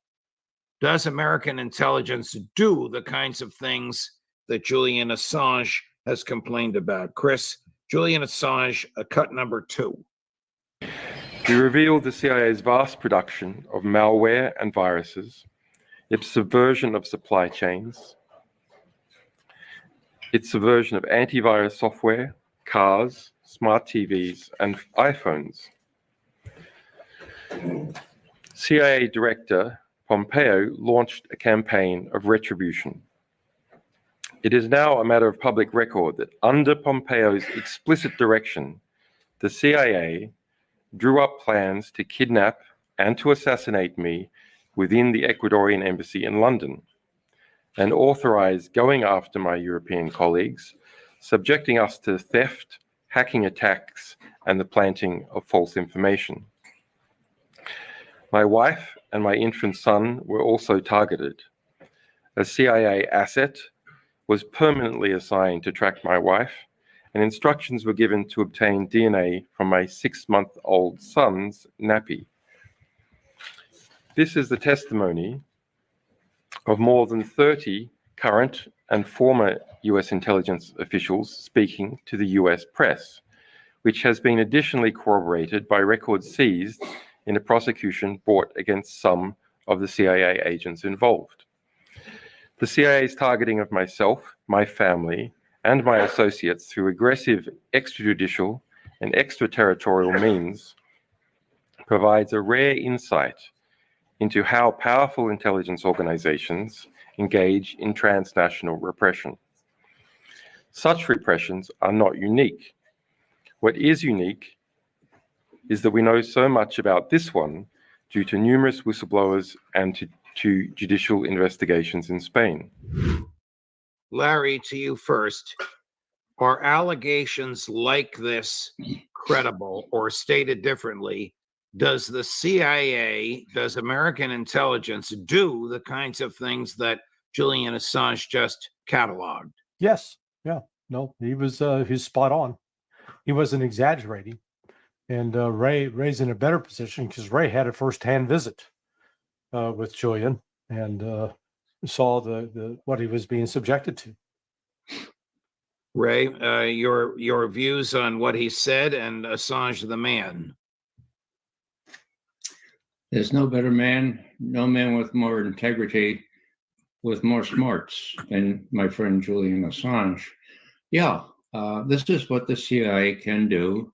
It's all very legal because the National Security Act of 1947 says that the CIA shall perform such tasks and duties as the president shall from time to time direct. Even if he directs crimes like murder. Well, he doesn't need to be actually told specifically of it. John Kennedy wasn't told of all these machinations against Fidel Castro and how are they trying to kill him. Sometimes there's plausible deniability where they don't tell the president chapter and verse, but they proceed as though they have carte blanche to lie, cheat, and steal, as Pompeo famously said, and to do worse. Now, Pompeo is quite an example, isn't he? He went to West Point, and the word is he graduated tops in his class, and there's an honor code at West Point. And, you know, when my kids went to UVA, after they left Charlottesville, when it said leaving this county, I used to kid with them, and I'd say, oh, now you can lie, cheat, and steal, because there was an honor code at UVA just as strong. So I imagine there's a similar sign as you exit West Point. Hey, you're graduated now, top in the class, lie, cheat, steal, and do other things to your will as much as you want. You're okay now. You're blessed, and you're insulated from prosecution. Here's the West Point Honor Code. I will not lie, cheat, or steal, we will not lie, cheat, or steal, nor tolerate among us anyone who does. Chris, do we have the boast by Pompeo of the... I was the CIA director. We lied, we cheated, we stole. It was like we had entire training courses. That surprised you at all, Larry? Nah, I mean, training courses online. Come on. You've got to protect your cover. So by definition, you end up lying to friends who aren't clear to know. Sometimes you end up lying to family about what you're doing. But the kind of deception he's talking about is it's one thing to cover your identity so you can carry out a mission. It's another thing where your entire purpose is to mislead the American people. Yeah, I mean, so one of those big examples we have right now, the misleading of the American people, is the claim that Iran is the #1 sponsor of terrorism. That is simply not true. It's objectively not true. All you have to do, go to the State Department's Bureau of Counterterrorism, look at their annual reports on country reports on terrorism. They list the top 10 groups that are most active in the world for the last 6 years. Not a one sponsored by Iran, not a one trained by Iran, not a one funded by Iran. So this is a lie that's manufactured. And yes, Iran provides support to Hezbollah and to Hamas, but again, using the Israeli government's own statistics from the Israeli Foreign Ministry, there is no support for that. And yet, we get the lies out that, oh yeah, Iran's this major sponsor of terrorism, which therefore justifies Israel killing so many civilians. Revolutionary salute y'all, brother Anton, for the donation to the war chest. You say CNN ain't got nothing on, CNN ain't going over this one. Salute, family. I appreciate the donation. Revolution is a real life. That's fake news over there. You know that. Let's jump over to the latest in Israel with respect to Hezbollah and Hamas. TASS, the Russian newspaper, reports that Moscow, the Kremlin, warned Prime Minister Netanyahu against invading Lebanon. The Russian ambassador to Israel warned Russians in Israel to get out. Putin declined to take a phone call from Prime Minister Netanyahu, who apparently was furious and anxious about the phone call. What do you make of all of this, Ray McGovern? I think Netanyahu is rather feeling very nervous. It's clear that the Russians are going to support Iran. The Russian Prime Minister just left Iran. The head of their National Security Council just left Iran after his third visit. Now, I know from experience that Russian prime ministers and other high officials don't visit a country about to be at war or starting a war without being assured that this war is going to come out all right for their client. That happened in Vietnam when Prime Minister Kosygin went down to Hanoi in 2000, in 1975, I think it was. Or no, it was earlier than that. It was at the beginning of the war. 73. Yeah, 73. So, the Russians are going to support Iran. They'll do it as quietly and as effectively as they can. They're not going to jump in militarily unless they have to. And when they have to, they will not only jump in militarily, but they may bring their companion now with whom they're joined at the hip, namely China. And there have been a couple of recent pronouncements from the Russian foreign ministry and from Putin himself saying, look, this is the defense alliance now. Don't mess with us. Don't mess with China, because we're in this in a kind of joined, cooperative, joint way. That's a warning one must heed. I'm not sure that the Pompeos or his descendants like Blinken's of the world get it yet. Larry, wouldn't Netanyahu be insane to challenge Putin, to test him as to whether he's a man of his word? Oh, yeah. Look, there are a number of things in play here. So let's first start with Russia's supply of air defense systems to Iran that are in key strategic sites, such as nuclear facilities and oil depots. But on top of that, Russia has, I believe, been intervening behind the scenes. Since it refused to take Netanyahu's call, it's now had discussions, I'm sure, with Azerbaijan and Turkey. Well, why them? How do they matter? Azerbaijan is the source of oil for Israel. That oil passes through Turkey. Turkey collects the cut and delivers it to Israel. Without that supply of oil, Israel doesn't have an alternative supply because the Houthis have cut off the oil coming up from the Red Sea. So Israel is dependent upon that, and this is one example where they can intervene. In addition, 2.5 million, so roughly 25% of the population of Israel are Russian citizens. Several of them are wealthy oligarchs. And they've got some sway within the government as well with Netanyahu.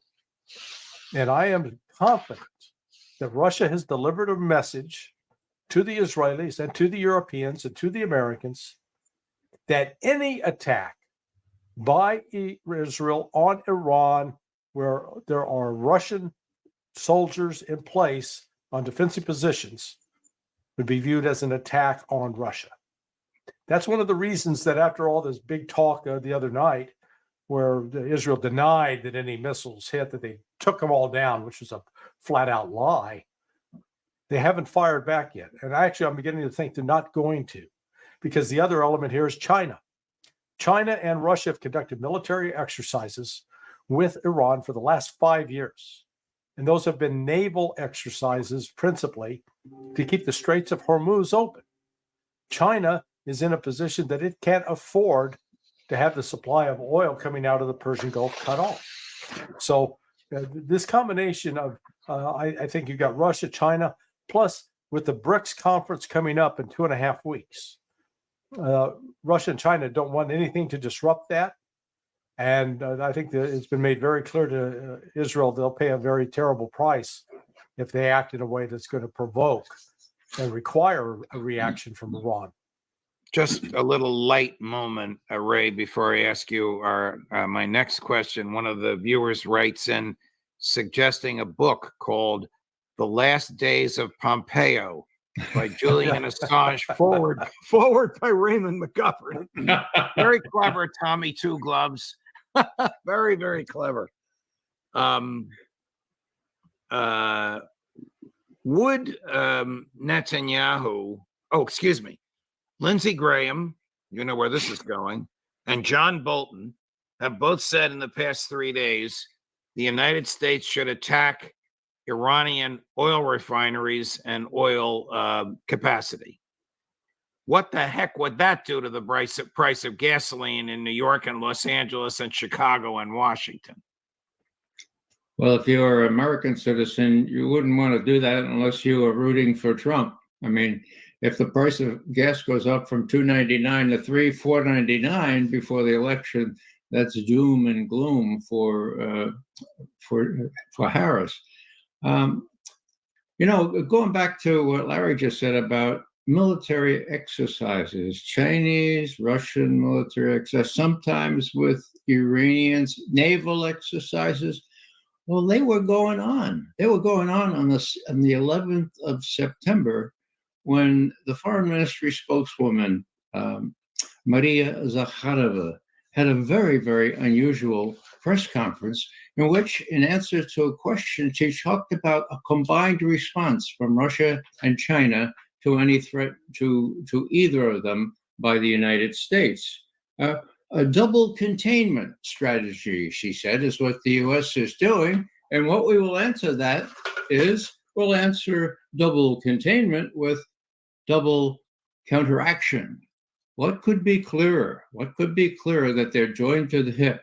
Now, President Putin said on September 2nd, and I quote, "The People's Republic of China and the Russian Federation are allies in every sense of the word, period," end quote. Now, those things don't get said without clearing it with your other ally. Right. The Chinese haven't jumped in and said, yeah, we're in there every inch of the way.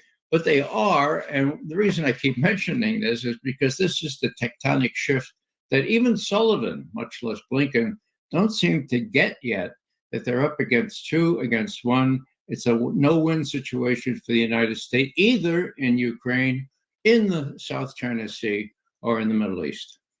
About an hour ago, Joe Biden, maybe for the first time in his presidency, if not the first time in his presidency, the first time in a long time, walked into the White House press briefing room and just spontaneously began to answer questions. Here's one that fascinated me, in which he reveals he hasn't spoken to Prime Minister Netanyahu in a while. Biden 2, Chris.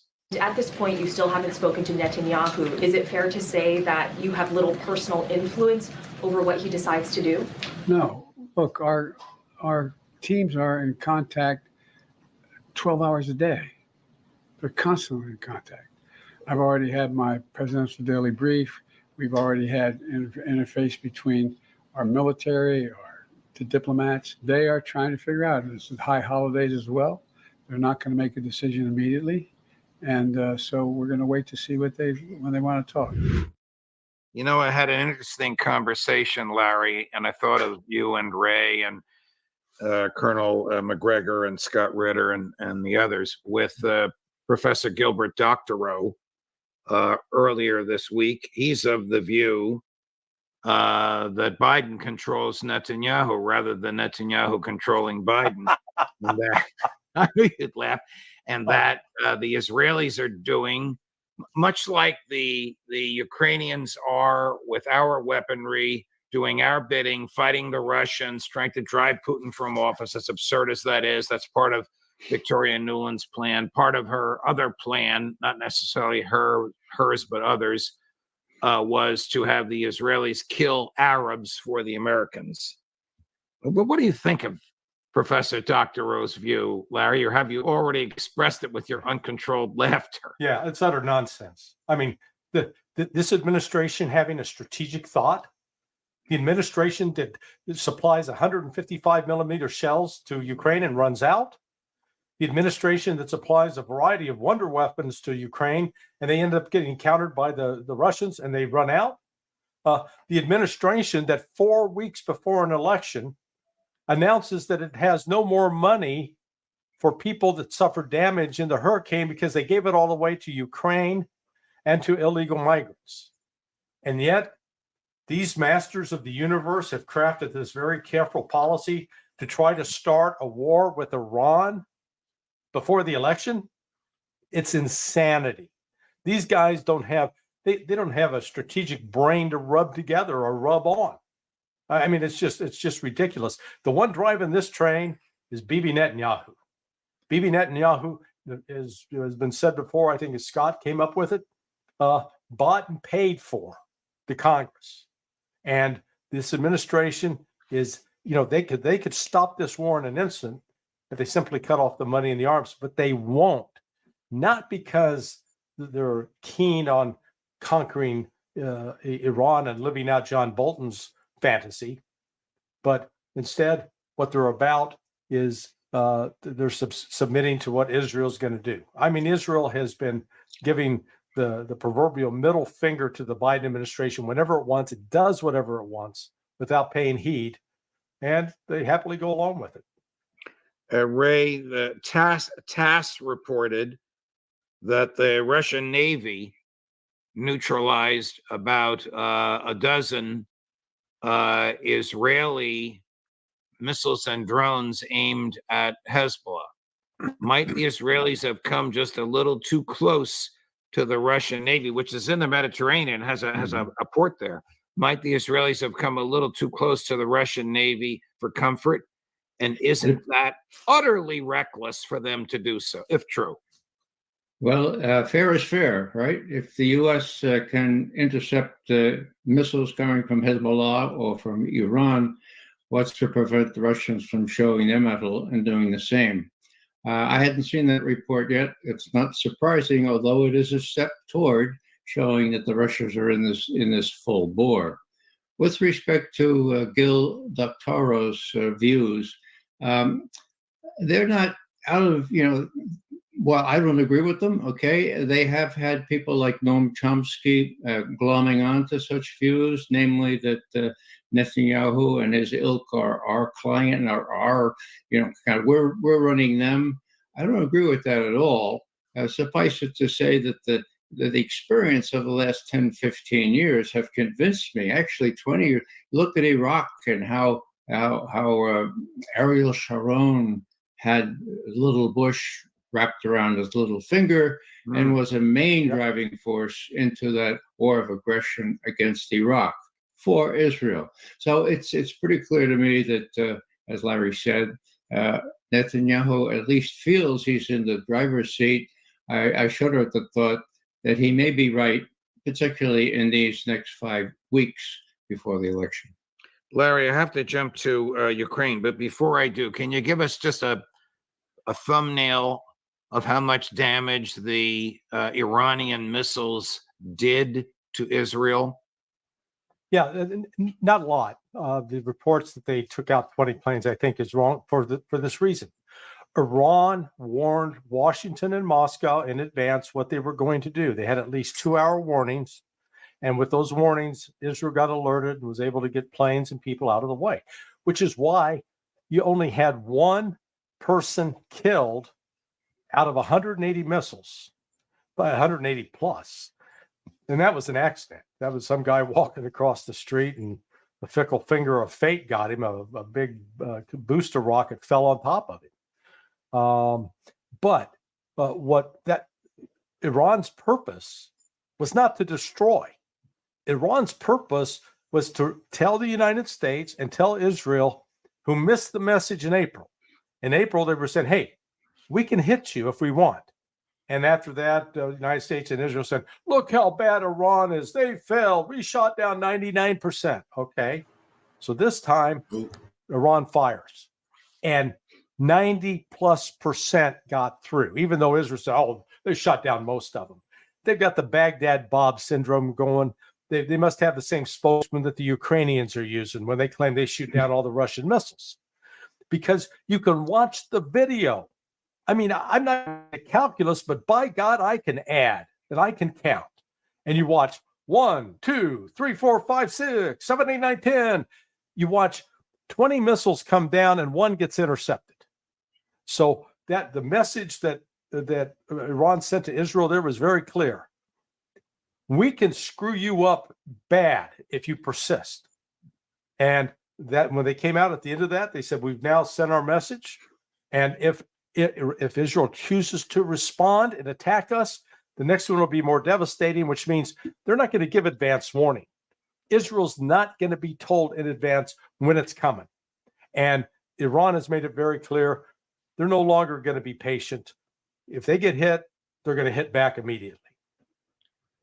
You make a very, very profound argument. Switching over to Ukraine, do we know what the status of the Ukraine military is and the stability of the Ukraine government, Ray McGovern? Yeah, we do. They're losing. They're losing fast. A lot of them are surrendering, and they've lost at least one very strong point that prevents or has prevented the Russians from going all the way to the Dnieper River. The question is how long Zelensky can stay in office when it's clear to most people that he had this great idea to send troops into Kursk, troops desperately needed in the Donbass. And one of the reasons the Russians have gone at triple the speed they usually go is because there have been no reinforcements. There have been no really good troops in the Donbass because they're all corralled now in a cauldron in Kursk. So who's responsible for that? It's very clear from Ukrainian media. Zelensky. How long he's going to stay around? It depends on Biden for the next 5 weeks, Harris, and then he's not long for this world, and the war is lost. And if you look at U.S. intelligence saying, "Oh no, we still have a chance," well, that's Pompeo lying, cheating, stealing, and misinforming American people. Ray, how does Zelensky handle Russian advances, the disaster of Kursk, and the coming winter with grossly inadequate energy? It's going to be very cold there in Ukraine. You may recall that the Russians really avoided knocking out the major power stations, just their little shutoffs, their minor things. Now Zelensky himself, and this is probably partly hyperbole, he said that 80% of the energy facilities in Ukraine have been destroyed. Think about what the winter is going to look like. Now, will the Ukrainian people suffer for this? They have an amazing endurance and suffering, but should we allow that? I mean, isn't there some sensible voice that can come up and say, look, this is really crazy. Let's stop the damn thing. We had a chance to stop it 2 years ago. Let's stop it now for good and work out some sort of arrangement. I think Biden is really missing the boat when he persists in this utmost desire or refusal to talk to the Russians in any way except, and thanks be to God for this, Secretary Austin is talking with Belousov, the defense minister in Moscow, and that is a saving grace here. We at least have the one contact that we used to have during the Cuban Missile Crisis. Right. Let's hope it works to our Larry, what becomes of Zelensky? Do the right wingers take him out, literally kill him? Is there a coup fomented by the Americans? And I should modify my question. What becomes of Zelensky after November 5th? What are your former colleagues in the State Department planning and plotting now? They must know they have a disaster on their hands that they can't acknowledge until after Election Day, Larry. If I was the insurance salesman who sold Zelensky his life insurance policy, I'd be looking for a new job because my bosses are going to be mad at me because they're going to have to probably pay out. I don't see Zelensky physically surviving this because as the military situation worsens, the political jockeying is going to become more extreme, and you've got this, his agent, the guy that represented him when he was, doing comedy and playing the piano with private parts. Yermak is the real power. He's the power behind the throne, and he's a pretty ruthless guy who would actually dump Zelensky in a heartbeat. So there's a lot of palace intrigue going.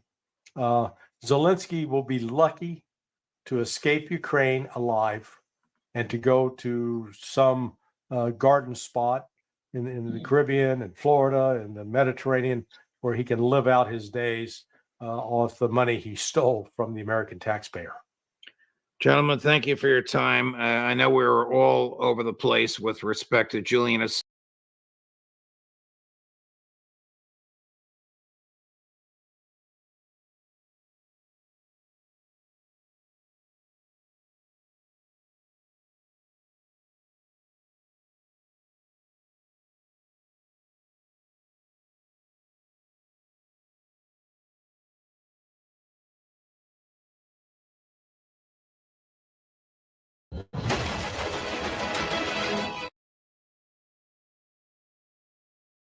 The damage done by the Iranian missiles, which were aimed at Israel, and which the Israeli government claims 99% were shot down and never made their way through. Well, that's just a complete lie. And it's a lie not only belied by satellite evidence showing the key Israeli genocide hub in the Negev Desert, an Air Force base that was struck multiple times, where F-35s are housed, where Israel's Air Force intelligence planes do overflights over Gaza, but also by our own reporter on the ground. Jeremy Lafredo for the Gray Zone actually visited that base.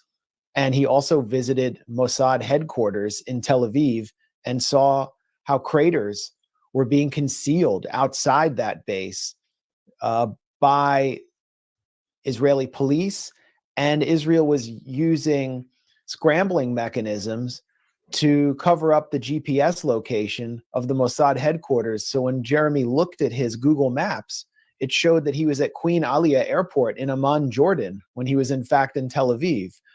This is a huge embarrassment for Israel. And what it confirms is that Iran not only was able to break through 2 layers of the Iron Dome and Arrow anti-missile system, but that it targeted specifically military targets and avoided killing civilians, which is the precise opposite of what Israel has been doing in Gaza and Lebanon. Isn't it also true that Iran gave notice to Moscow and Washington of its intentions 2 hours before it started? It did. And Israelis were well aware of when it was going to start.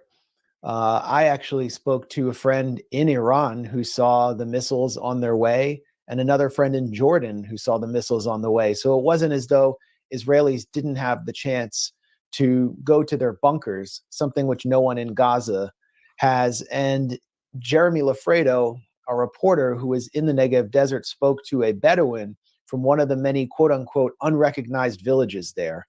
They're not recognized just because the so-called Jewish state refuses to recognize them because their inhabitants are not Jews.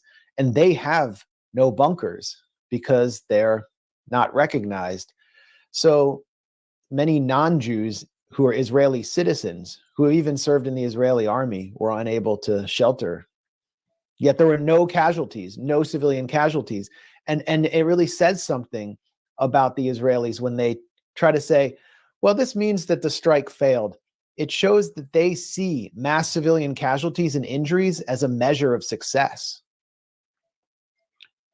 What is your take on the TASS reports that Moscow warned Netanyahu against attacking Lebanon, that the Russian ambassador to Israel warned Russians in Israel to leave, and that Putin declined to take a telephone call from Prime Minister Netanyahu, which left him furious and anxious?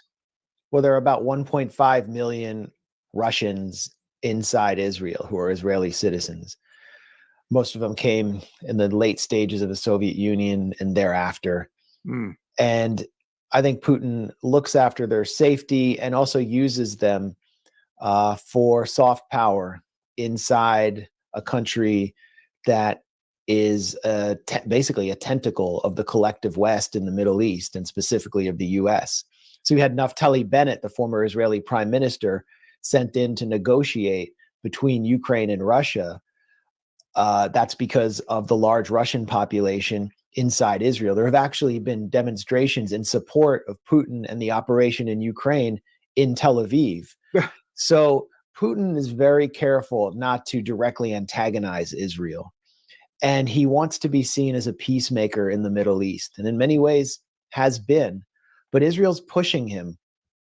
48 hours ago, Israel struck a weapons storehouse in Latakia on the coast of Syria, directly next to the Russian airbase at Hmeimim, the largest Russian airbase in the Middle East, also near a Russian naval base in Tartus.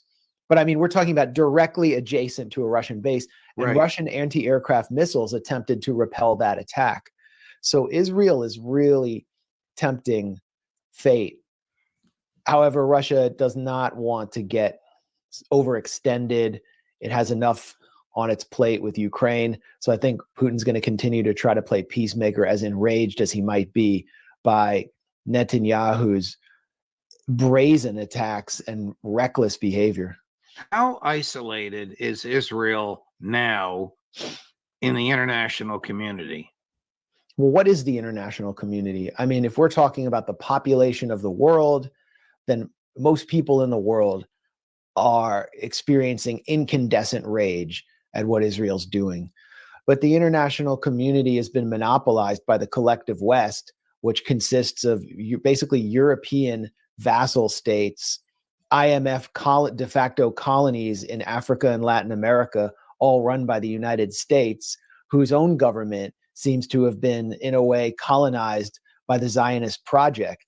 So the US is obstructing every possible mechanism for ending the genocide in Gaza, where a ceasefire would put to rest the war in Lebanon and stop a regional war. And this is, if you listen carefully to the Friday prayers led by Ayatollah Khamenei today in Tehran, attended by hundreds of thousands of people, along with almost the entire Iranian leadership, in a very confident display at a time when Israel's threatening assassinations of Iranian leadership. And a very rare display. It's very rare to see him lead Friday prayers. Khamenei, first of all, delivered part of his prayers and his address in Arabic, directing it at the Arabic world and expressing solidarity for Palestine, but declaring that the Palestinians have been left on their own, exposed to have their lives ruined, and that someone had to step in and impose some measure of justice. And so what he's framing Iran's retaliation against Israel as a kind of responsibility to protect operation, because the United States and the international community, the multilateral institutions, the UN, have proven so useless in preventing genocide. Is there, or was there, a dispute in the hierarchy of Iran between the Ayatollah and his people and the newly elected president of Iran, whom you and Anya met at the UN a couple of weeks ago, over the nature, timing, and severity of the Israeli response to the assassination of Nasrallah and the murders of Lebanese civilians? I don't think there's any dispute inside Iran, even among voices close to the clerical national security establishment, that Iran waited too long to retaliate and lost a major level of deterrence after Ismail Haniyeh, Hamas Politburo leader, was killed in Tehran following the inauguration of Iranian President Masoud Pezeshkian. So Pezeshkian came to New York on a sort of peace mission, beseeching his American audience of mainstream media hacks, mostly because the American government was not interested in meeting him publicly, beseeching them to stop a regional war, to listen to Iran's pleas for peace, to put Israel back on the leash. And of course, they ignored him, but he made a very revealing comment that did not go down well in Iran, which is that after Haniyeh's assassination, the Biden administration told him that they would impose a ceasefire within a week, and Iran should wait to retaliate and let diplomacy do its work. And who honestly would trust the United States after almost a year of serving as Israel's lawyer in every negotiation. But the fact is, Pezeshkian did not have the power on his own, along with his vice president for strategic affairs, Javad Zarif, to prevent an Iranian retaliation. That decision is up to the Iranian National Security Council. I think that has 14 members. The supreme leader also has a role there. And it was clear that Pezeshkian kind of had the blessing of the establishment in trying to send this message to the US government. But there were protests outside his office hours before Iran retaliated with its missile strike against Israel. And that was the public venting its rage at Iran's failure to deter. And now I don't think they'll be making that same mistake again. Will Hezbollah be making the same mistakes it made again? How deeply have they been penetrated by the Mossad? Time will tell. John, you can tell where I'm going by these two names, John Bolton and Lindsey Graham. Stop right there, Judge. Have called for the United States to attack Iranian oil refinery facilities and wherever it develops its nuclear facilities. What the hell would happen if the United States did that? Well, it's amazing that these people they just get up in the morning, eat some cereal, and call for war with Iran. That's what they do every day. That's all they do. It's amazing they're given a platform at all. Or Brett Stevens, who is a de facto Israel lobbyist working for the New York Times as a columnist. They've been wrong about everything. The result of the U.S. following their advice has been disastrous. And if the U.S. or Israel would attack Iranian oil facilities and Iranian tankers in the open seas, the global economy would not, it might not collapse, but severe damage would be exacted on the global economy because Iran's retaliation would be massive. And as the IRGC has said today, Israel only has 3 offshore oil facilities and basically 2 ports at Eilat and Haifa. Iran has dozens and dozens of these facilities. And Iran has showcased its ability to strike Israeli targets to a precise degree with its hypersonic missiles. It only fired 200. That's, I think, less than 10% of its arsenal. So it's pledged to utterly destroy Israel economically if it does this. But what we've seen with the Biden administration is a tolerance for wrecking the global economy. We saw that with their sanctions on Russia, where they tried to turn the ruble to rubble and raised gas prices enormously on American consumers and drove inflation. Biden promised that he would destroy the Nord Stream 2 pipeline right before the pipelines were destroyed. It's said that the Ukrainians are responsible for that, but it's obvious that the investigation is being obstructed. So Biden has come out just now and said that he has advised Israel to do something other than attack inside Iran or attack its oil infrastructure. And now he's advising sanctions. But it's not as if Biden has demonstrated any ability or willingness to put a limit on what Israel does. I mean, just look at the last 11 months. What is the status of the Israeli incursions into Lebanon, the so-called Israeli or IDF commandos? How badly was either side beaten in these land confrontations? Well, it's gone exactly as anyone who watched what happened in 2006 in southern Lebanon could have predicted. Israel's taken bodies. Its special forces unit known as EGAZ, which is trained specifically to fight Hezbollah's Radwan special forces unit in southern Lebanon, was immediately ambushed when it entered the village of Odessa, which has come under attack continuously for months by Israel. It lost at least 8 soldiers, including officers, and we're looking at over a dozen injuries, critical injuries. That's just one of many ambushes. Israel has not been able to entrench itself in southern Lebanon, and what it's been trying to show the public looks pathetic. They found a few rocket launchers and gotten into a few trenches, but they're not really able to establish this buffer zone So what they're doing is resorting to their strength, which is the most cowardly kind of attack possible, dropping 5,000 and 2,000 pound bombs from tens of thousands of feet in the air away from any combatant over a country with no anti-aircraft batteries. They just attempted to kill Hisham Safieddine, who is said to be the successor to Hassan Nasrallah. He's said to be injured, but this was another massive attack in a densely populated area in southern Beirut, in Dahia, where they've killed hundreds and hundreds of people in just the past several days. I think over 2,000 people since Israel started attacking Lebanon, which is more than were killed in all of 2006. What is the objective here? Israel has scored some tactical victories, but what is the strategy and what is the objective? Are they actually trying to get Hezbollah to be pushed north of the Litani River, where they're supposed to be according to a UN resolution from 2000? No, because they're issuing evacuation orders to Lebanese people as far as Saida, north of the Litani River. So Israel is just on this wild rampage in Lebanon, I think because Netanyahu could never close the deal in Gaza, and he doesn't want a ceasefire there.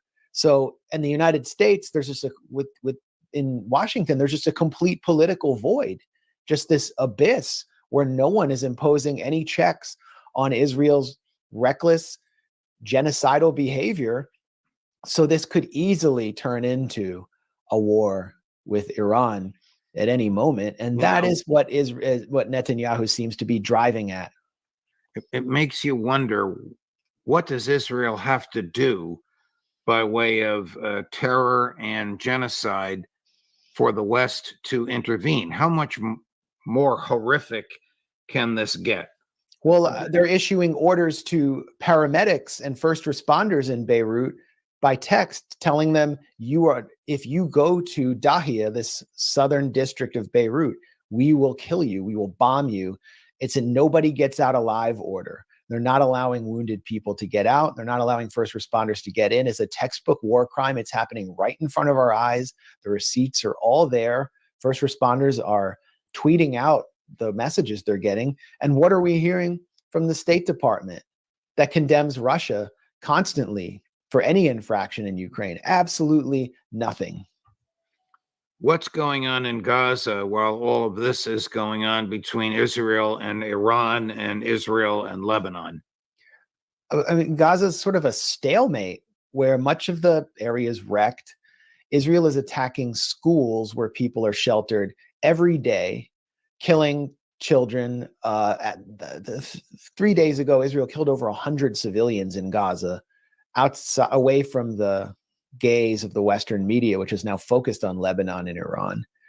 And the Al-Qassam brigades and Saraya al-Quds, the armed wing of Palestinian Islamic Jihad, are still operating in the open. They're still scoring hits against Israeli armor, and they're demonstrating that they have not been defeated.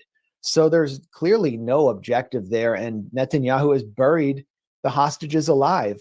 Now the families of the hostages and the prisoners of war are in a very difficult political situation because the whole of Israel has cohered around Netanyahu and circled the wagons around the Likud party because Netanyahu's bloodthirsty assault on Lebanon is so popular that you even have supposedly left-wing figures in the Zionist spectrum, like the leader of the Meretz party, cheering on Israel's assault on Lebanon. So for the families who have, members of their loved ones in Gaza, they're pretty much screwed right now.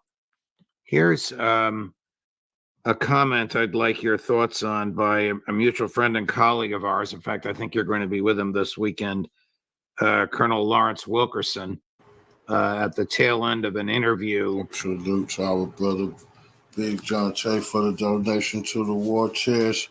Revolutionaries of Real Life. Absolutely appreciate the love, family. Salute to you. That I did with him here on Judging Freedom just the other day. Chris? There will be no Jewish state in the Levant in the future. There might be a liberal democracy if they could affect that, and it'll be called Israel-Palestine or Palestine-Israel, whatever they want, and it will eventually, the Palestinian Arabs will outnumber the Jews, unless the Jews really start migrating, and I certainly don't see that happening. And that's the only way it's going to continue to exist is a liberal democracy. If it stays a Jewish state, it will be an apartheid state, and the world's revulsion will kill it. The world's revulsion will kill it. Agree? Well, it's been an apartheid state all along, and the world sees it more clearly than ever before.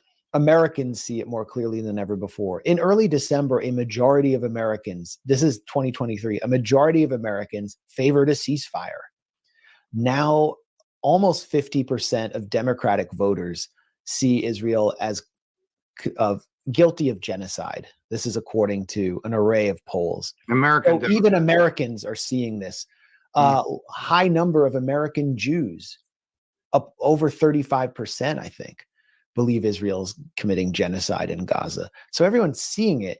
But what are we seeing from the administration? Are we seeing any change? No. What this is doing, what Israel is doing is exposing how undemocratic our own government is, and specifically how undemocratic the Democratic Party is, because the Democratic base wants none of this. We just read in The Atlantic from Franklin Foer, a pro-Israel journalist writing for a pro-Israel publication, an inside account of how Tony Blinken lied to Congress and lied to America about Israel blocking U.S. humanitarian aid to Gaza, which is a violation of U.S. law. It would require that the U.S. block arms sales or prevent arms sales. Right. And Blinken was meeting with Netanyahu at Hakiria, which is the defense, like the main defense nerve center in Tel Aviv. And Netanyahu told him, look, I'm fine with the aid getting in, but members of my coalition don't want a single aspirin going into Gaza after October 7th. He's referring to the fanatical Kahanist fascists like Itamar Ben-Gvir.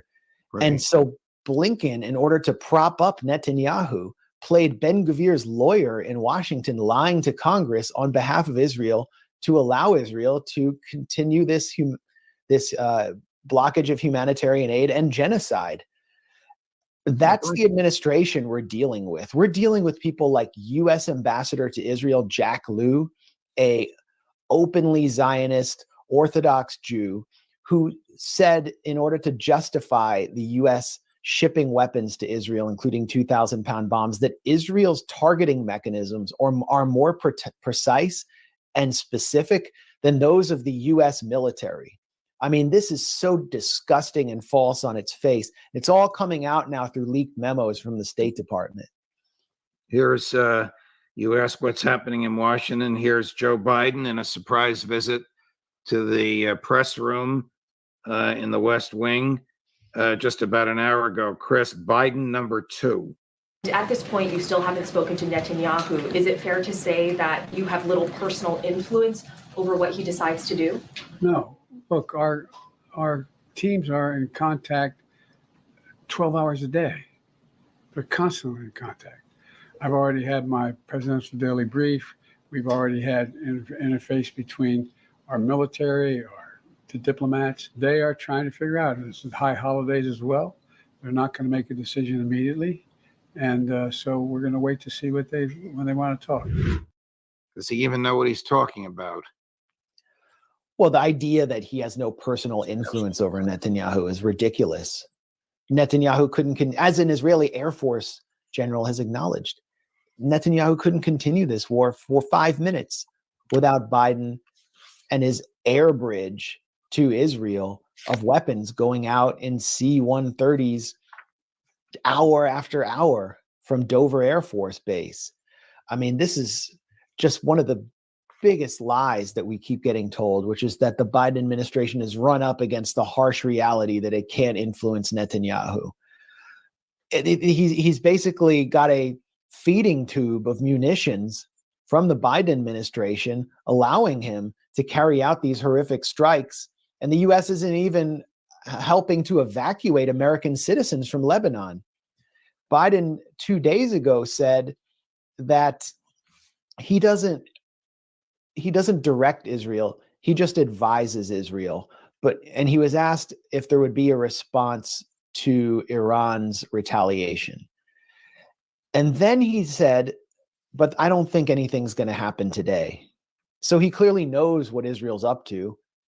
They're involved in making the sausage with Israel. And he then revealed that the US administration was discussing strikes on Iranian oil facilities. So this is a collaborative project. We don't know where Greater Israel begins or ends, but it's clearly enshrouded the Biden administration, and Biden has no idea who's making the decisions.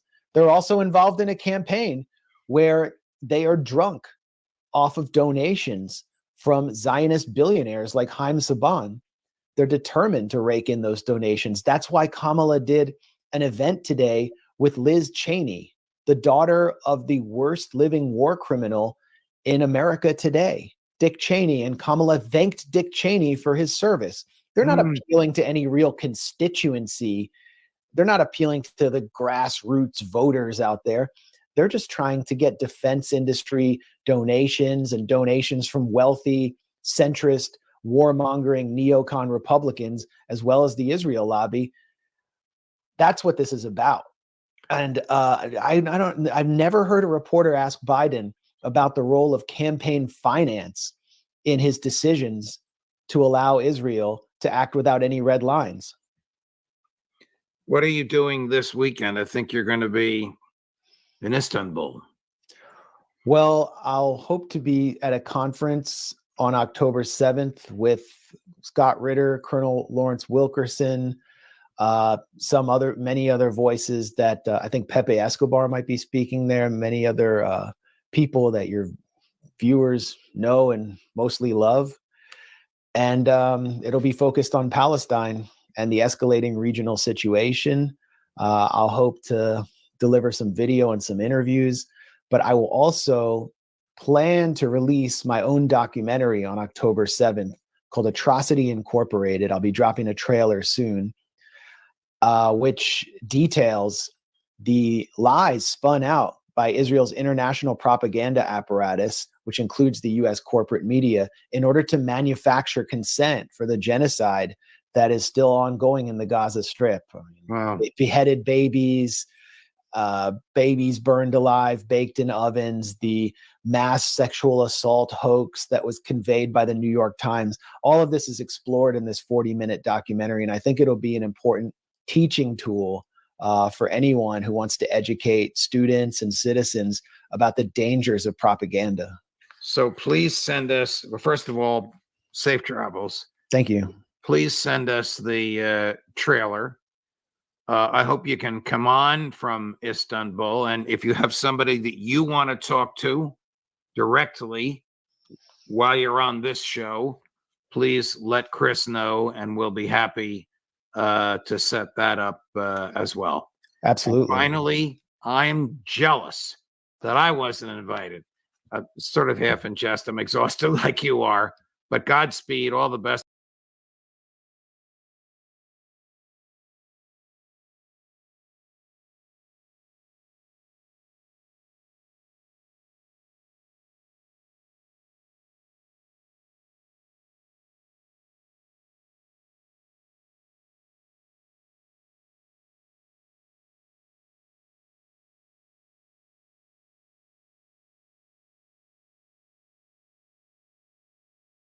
I wanted to first talk to you about this report that, in lieu of Iran's recent retaliation, or we should just call it a response to Israeli aggression over the past several weeks, the huge missile salvo that it launched into Israel, we had reports of Israel, and this had been kind of days and weeks coming, where Russia has been at the UN condemning Israel's invasion and escalations into Lebanon. And there were even rumors that Benjamin Netanyahu himself was going to give a call to Vladimir Putin to stop Iran from its retaliation. And now, as Israel generally does, Israel is retaliating first and foremost by bombing and taking it out on civilians. Now, this has been occurring not just in Lebanon, but also Syria, where there were reports that there were strikes in and around a Russian airbase, the Kamima airbase, which houses many various Russian weaponry fighter jets, etc. But reports now confirm that it was, in fact, a warehouse in and around. Now, Israel is never, ever going to confirm what it's actually done. It doesn't generally like to admit to anything that it does on the war crimes beat and on the military beat. But Russian sources are saying that it was actually a warehouse that Russians and Syrians use to coordinate. So I'm curious about your response to this, given everything that's been going on. Developments have been evolving so fast here, Ben, and I'm wondering what your reaction is to this. Well, first of all, Israel's doing a good job of isolating itself from every other country on earth except the United States and a few European allies.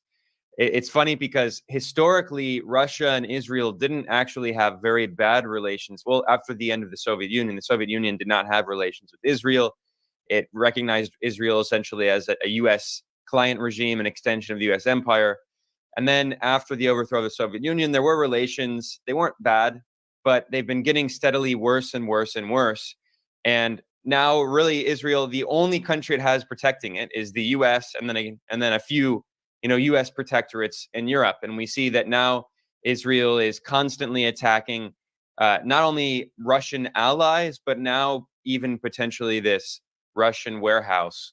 And you mentioned the United Nations. It's very important to look at what Russian officials have said, not only condemning Israel's crimes in Gaza, but now condemning Israel's war of aggression in Lebanon. And in a meeting of the UN Security Council, after Israel carried out this horrific attack in Lebanon, in which it put explosives in civilian technology like pagers and walkie-talkies and blew them up and killed dozens of people, including civilians, several children, and injured around 3,000 people. And Hezbollah has reported that about 1,500 of its fighters were wounded in this attack, which means that half of the 3,000 people wounded by Israel were civilians. This is a massive terrorist attack. Even the former CIA director, the master of terrorism, Leon Panetta, admitted this was a terrorist attack. And in this meeting of the UN Security Council, the Russian representative referred to this as a terrorist attack.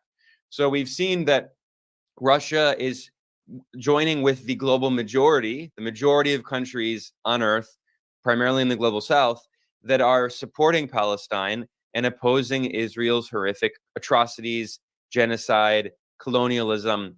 And what we also see is that essentially in the past few decades, the US had this strategy where they wanted to try to separate Russia from China and from Iran. And this was famously in the 1990s referred to as one of the greatest threats by the US imperial strategist Zbigniew Brzezinski. He wrote this famous book, The Grand Chessboard, in 1997. He was the former US National Security Advisor. He was the architect of the US proxy war in Afghanistan against the Soviet Union, in which the CIA supported the Mujahideen that later became the Taliban and Al-Qaeda. And he supported them in a proxy war against the Soviet Union, which was intervening to support the Afghan socialist government. Well, anyway, Brzezinski wrote this book, The Great Chessboard, in 1997, in which he famously warned of the danger of what he called an anti-hegemonic coalition consisting of Russia, China, and Iran. He said we must do whatever we can to prevent Russia, China, and Iran from becoming allies. Well, what we've seen in the past few decades is that the US and its close proxy Israel have been pushing China, Russia, and Iran closer and closer together year by year. And at this point, they're essentially allies. I mean, last time we were on, actually, we talked about how China prefers using the term partner because China doesn't want to get bogged down in any, unlike what the US constantly does, looking for excuses to expand its imperial interventions abroad. China does not want to get dragged into military conflicts, but for all intents and purposes, there is now an alliance between China, Russia, and Iran. And these kinds of Israeli attacks on alleged Russian military infrastructure, it's only going to further strengthen that alliance. So the US thinks that it can try to maintain this unipolar imperialist system, try to maintain hegemony over every region on earth. But meanwhile, all it's actually doing is strengthening these alliances between its adversaries, so-called adversaries. We shouldn't consider China an adversary. It has no interest in being an enemy, but the U.S. keeps saying that it is. And all of the U.S. is actually doing is strengthening these very anti-hegemonic coalitions that it was concerned about creating in the first place. And of course, this genocide in Gaza and now war of conquest, invasion in Lebanon is once again only strengthening that. The U.S. continues to isolate itself on the world stage. Yeah, and with regard to what we're now seeing in Lebanon, for example, where Russia is condemning what Israel is doing, it's also, I think this was pretty huge, saying that Russia is actually requesting, based upon Israel's own impetus, to evacuate the whole scene in the region in order for it to conduct this absolutely malicious aerial campaign. Russia is actually saying that Russians should evacuate Israel. And I think that I'm curious about your opinion, Ben. We know that Russia has a relationship with Israel, and in many ways it kind of has to, because there are so many Russians who live in Israel. I believe it's about 1.5 million. It's a big number.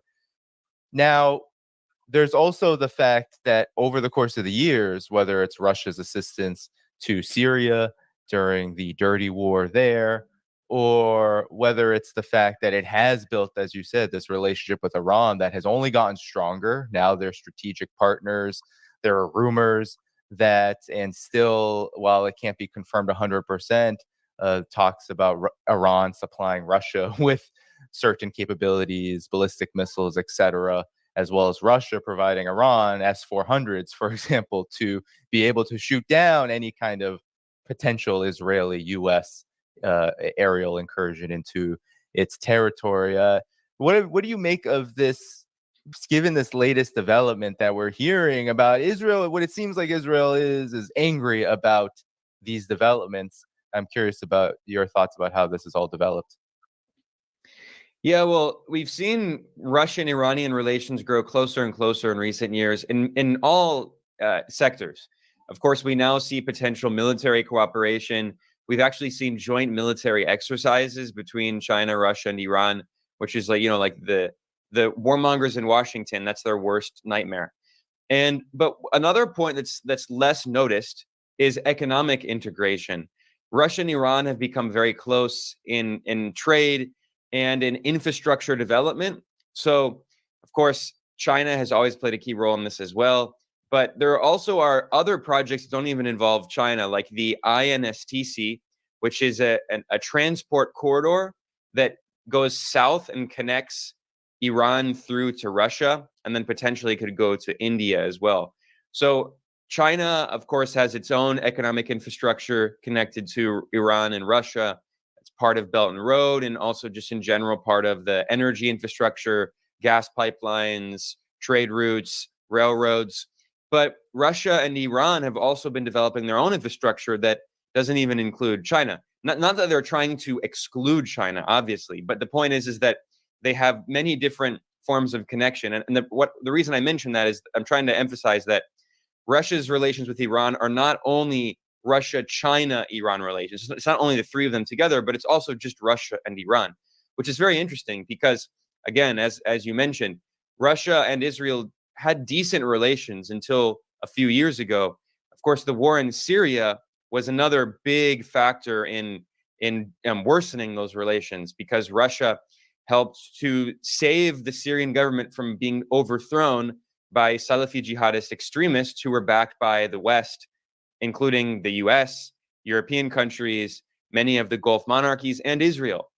The former chief of the Israeli military admitted that the IDF and Israeli intelligence had been supporting the so-called rebels in Syria who were linked to extremists like Al-Qaeda and ISIS.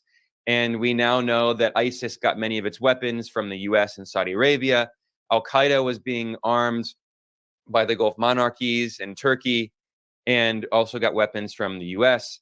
So Israel played a key role in alliance with the US and the West and the Gulf against Syria.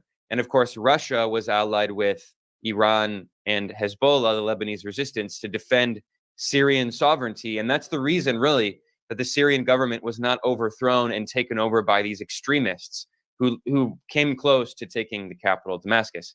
So Russia, was playing this very complicated geopolitical role where it was still had relations with Israel, which allowed it, for instance, to sometimes try to de-escalate and to negotiate between Iran and Israel.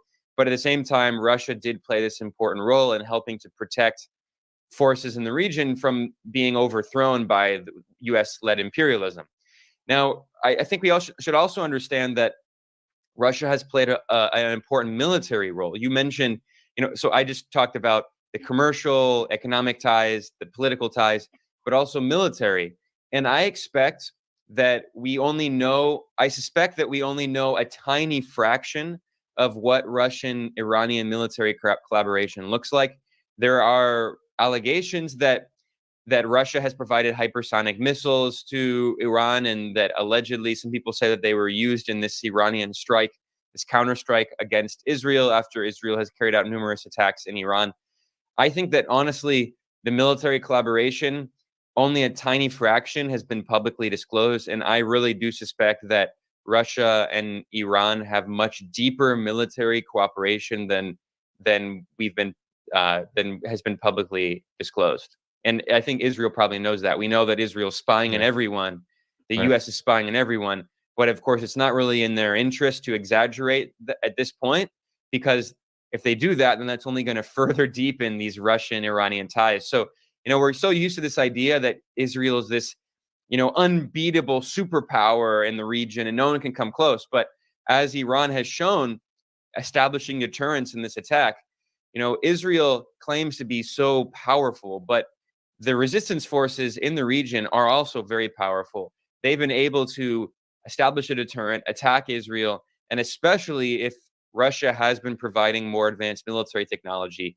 I think, Israel's qualitative military edge, the term the US always uses, we must ensure that Israel maintains the qualitative military edge.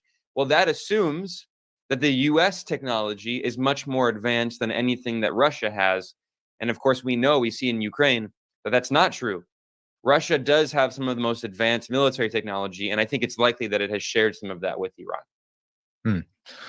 Yes, indeed. And this latest development that kind of highlights everything that you said, this increasing cooperation between Russia and Iran, as well as what is very real, I think, while they had a decent relationship, as you said, Russia-Israel relations, I believe it's even worse on the China side, China-Israel relations. I do, ever since this genocide launched a year ago, it's quite clear that there is a huge cooling and chilling effect that's had on the actual bilateral relationship between Russia and China and their relationship with Israel.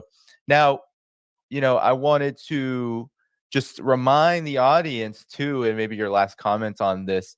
There was an interesting in 2023, last year. There was an interesting report coming out. This was before the genocide began, where Amir Whitman, who's a part of the Libertarian Caucus of Netanyahu's Likud party, literally went on Russian media and said, Russia will pay the price for supporting Israel's enemies. Israeli weapons should find their way to Ukraine. And those enemies, of course, are supporting Iran, supporting the people of Palestine to any significant extent, of course, always accusing this of being support for Hamas. So it's not as if there isn't ill feelings among certain sectors of the Israeli, I guess you would call them the political establishment. Your final comments on this, Ben? Yeah, well, I couldn't help but notice that when you saw these reports that Israel hit a Russian, first they claimed it was a Russian air base in Syria, and now they're saying that it was a Russian warehouse for ammunition and weapons. When we saw these reports, I couldn't help but notice that the Ukrainian media was amplifying this and was positively gleeful. And certainly in Kiev, many Ukrainian officials who just obediently follow whatever Washington tells them they have been pushing to increase relations with Israel. Now, Israel, because it knows that it's isolating itself everywhere, countries all around the world want nothing to do with this insane genocidal rogue regime that is just at war with everyone in the region. So Israel, at least there are no level-headed politicians in the Israeli government. They're all just insane maniacs. But they understand that with their relations with Russia, they shouldn't completely sabotage those relations. So in the past few years, with the proxy war in Ukraine, they've been trying not to openly ally with Ukraine. But we all know that Israel has been supporting Ukraine. And certainly Ukraine has been overtly supporting Israel, making no pretense, not even pretending to care about the Palestinians, not even pretending to recognize the sovereignty of the Palestinian people. So it's funny because, Israel and Russia have this relationship where it's obvious that they really do hate each other, but they still kind of publicly try to maintain these, formal ties, and they don't openly criticize each other usually, although their media outlets are constantly criticizing each other. It's a very, very toxic relationship, if you will. And eventually it's going to get to a breaking point. We see that Israel is becoming so isolated internationally. It's really the US, and even in Europe, only a few countries that are willing to openly support it.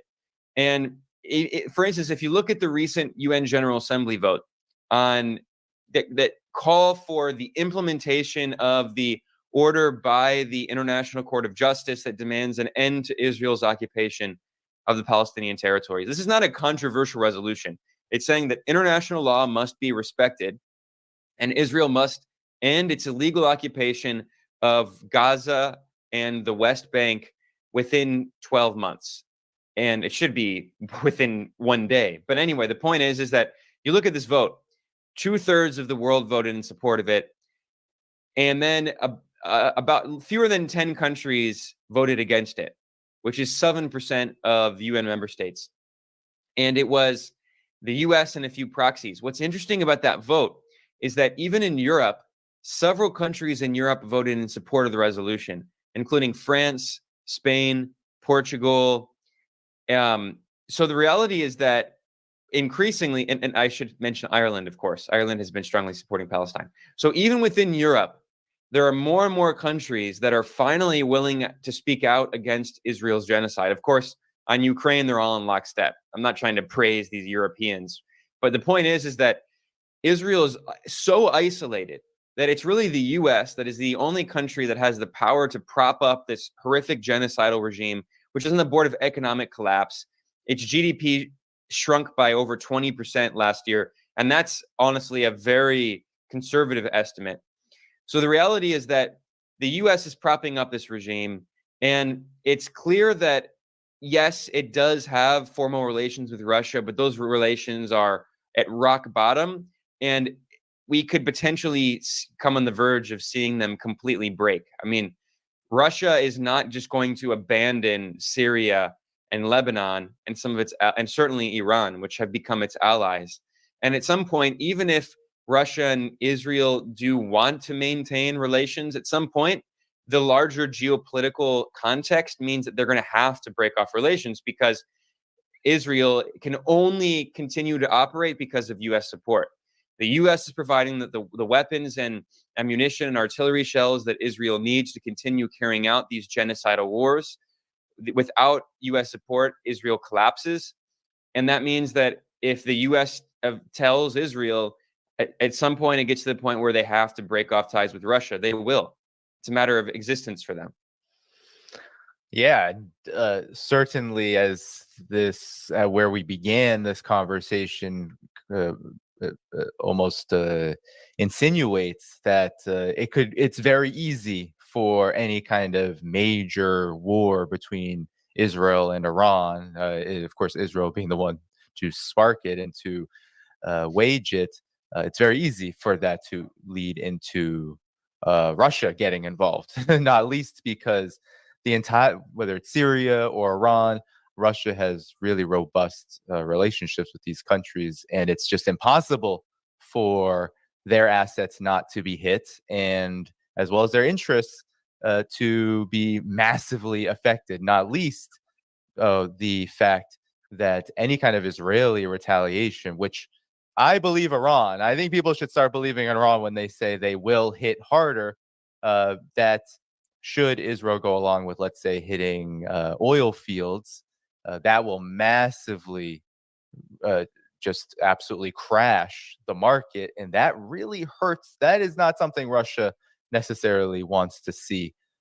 So all of this, I think, points to a very, very, very dangerous situation. Of course, it's the U.S. and the Israeli side that are dancing. I'm sorry to cut you off.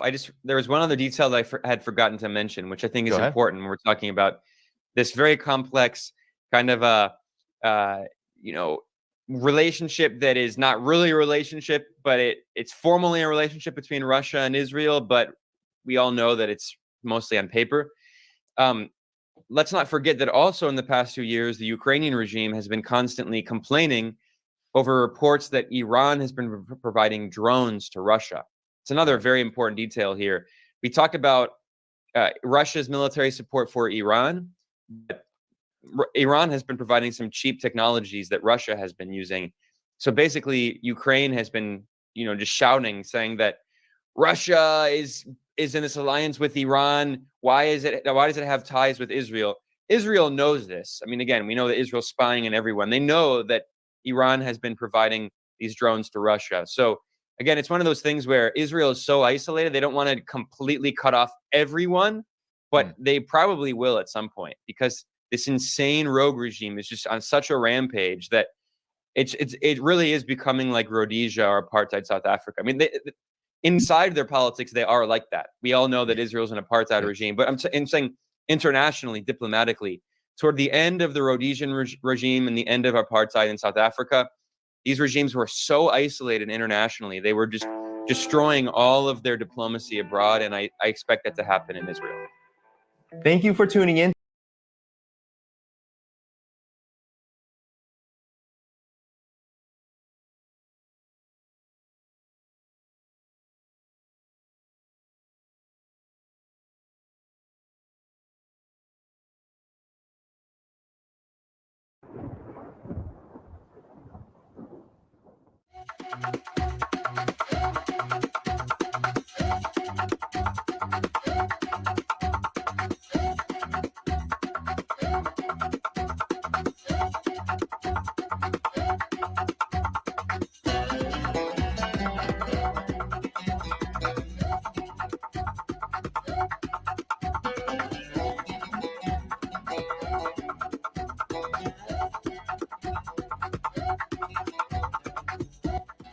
A few hours ago, the commander of Navy of the Islamic Revolutionary Guard Corps, Commodore Ali Reza Tangsiri, made a rather alarming statement for the United States and Israel. In particular, this high-ranking Iranian military chief officially stated that Iran is ready for any development of events in the Middle East. According to him, the Iranian armed forces conducted a series of training sessions in order to be prepared for a direct clash with Israel and its main ally, the United States. Commodore Ali Reza Tangsiri also warned Israeli Prime Minister Benjamin Netanyahu of serious consequences for Tel Aviv if he does not stop playing with fire by carrying out various provocations and terrorist actions against Iran.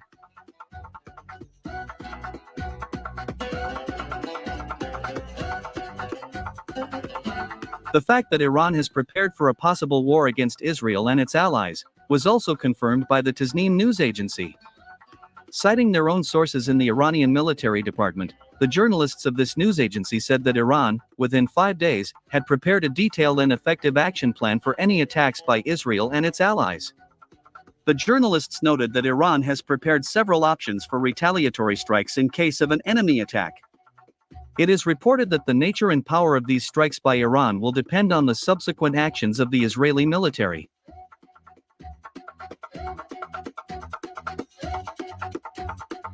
At the same time, journalists noted that the recent massive Iranian missile strike on Israel instilled confidence in Tehran. According to them, Tehran has once again been convinced that Israel and its allies are not able to stop Iranian ballistic missiles, and that the Islamic Revolutionary Guard Corps is capable of destroying any military facility on the territory of this Jewish state.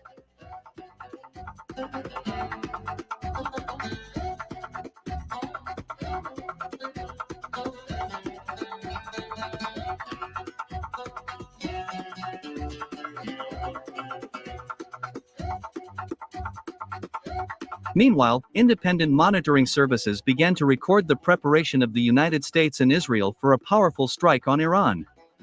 It is reported that on the night of October 4th, the Americans began sending a large number of United States Air Force's auxiliary to Iraq and Turkey.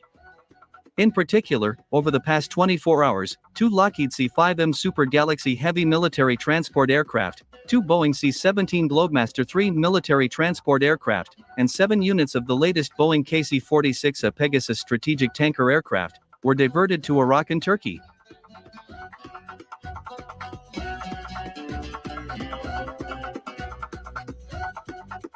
Moreover, a few hours ago, the 15th Commander of United States Central Command, General Michael Kurilla, arrived in Israel for a technical military meeting. All this suggests that the United States and Israel are carefully preparing for a strike on Iran. In addition, on the night of October 5th, abnormal activity of the Israeli diesel-electric submarines of the Dolphin and Dolphin II class was recorded in the Mediterranean waters. Let me remind you that Israel has 6 such submarines armed with Popeye turbo cruise missiles, capable of hitting targets at a distance of 1,500 kilometers.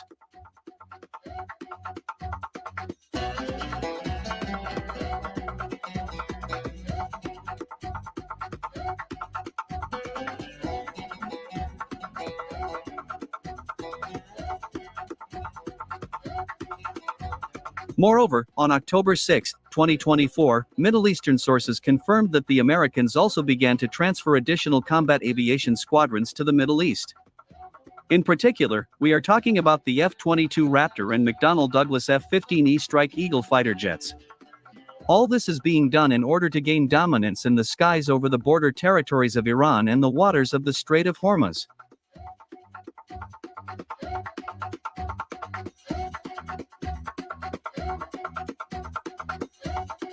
Seeing all this, Iran closed its airspace in the west of the country and withdrew all its tankers from its largest oil export terminal on Kark Island.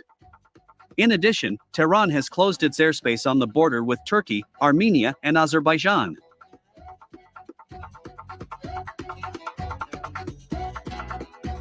Iran has also put its air defense forces on full alert in the area of its nuclear facilities. In addition, Iran has significantly strengthened the protection of its airspace in the western part of the country, where the country's main missile bases are located.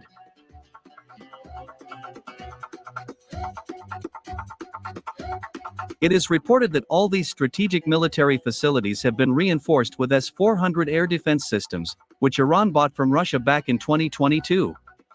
In addition, Iran has also put its modern Su-35S fighter jets on full alert. Let me remind you that Iran also bought these modern fighter jets from Russia in 2022. Thus, very soon the whole world may witness the first ever battle of the Iranian Su-35S fighters and S-400 missile systems against the American and Israeli F-16, F-15, F-22, and F-35 fighter jets.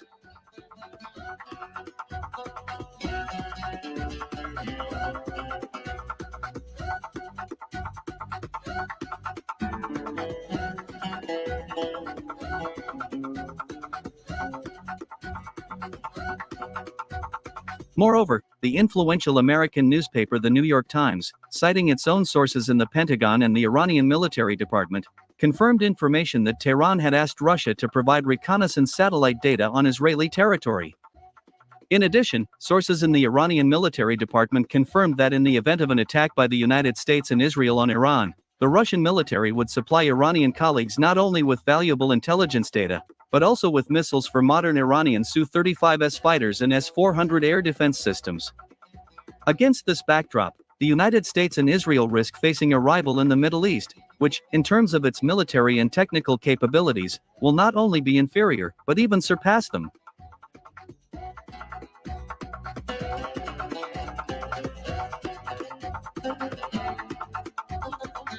Meanwhile, influential news sources confirm that Washington continues to assemble a coalition of countries to conduct a limited military operation against Iran. In turn, Tehran has already warned Washington that Iran will respond extremely harshly to any attacks on its territory. At the same time, many Western experts admit that Washington is aware of all the risks of an attack on Iran, especially given the fact that in the event of hostilities, Tehran will not be left alone, and will continue to receive all necessary military and financial assistance from Russia and China.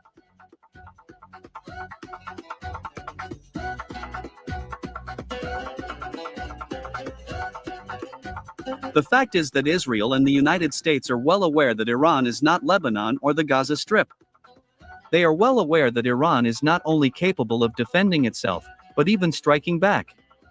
That is why Israeli Prime Minister Benjamin Netanyahu is doing everything to involve the United States in the war. And with Washington's help, destroy Iranian enrichment facilities along with the fuel and energy sector.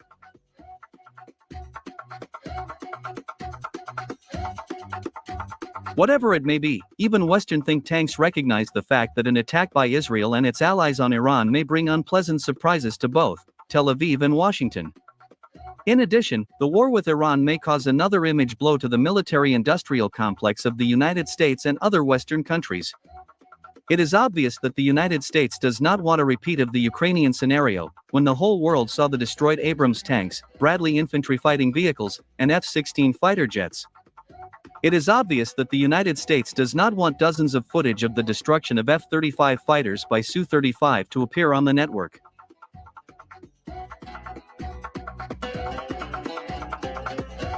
Therefore, it can be assumed that the arrival of the commander of United States Central Command in Israel and the transfer of the United States Air Force's auxiliary to the Middle East is just a show of force, in order to simply scare Iran.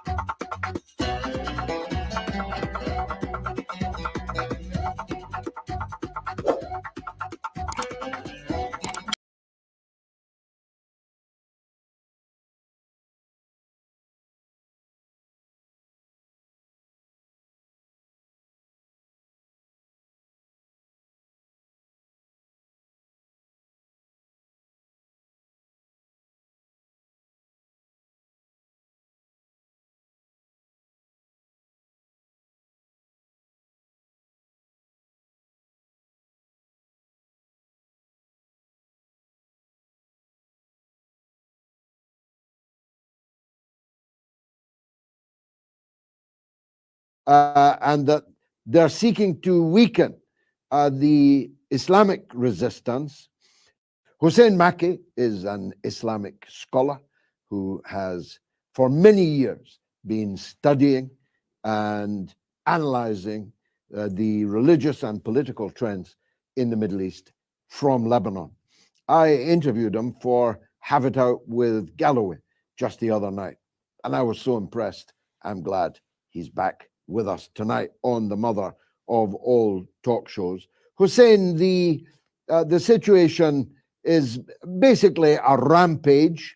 Israel is murdering anything that moves, destroying towns, cities, villages, Christian, Sunni, Shia, no distinction. It's just mass murdering Lebanese. Now, tonight there's a theory emerging that the intention is to push for a regime change in Lebanon itself, and that they're seeking to weaken the Islamic resistance to the extent that it rekindles the Lebanese civil war. What do you think of that as a thesis? What I think, George, and first of all, thank you for having me on again. What I think is that Israel has moved from the strategy of what the former IDF General Eisenkot called the Dahye Doctrine, which was aimed to destroy civilian infrastructure in order for what you just mentioned to happen. They want the civilian population to turn against their leadership, turn against the resistance which is trying to defend them, and turn against each other as Lebanese people.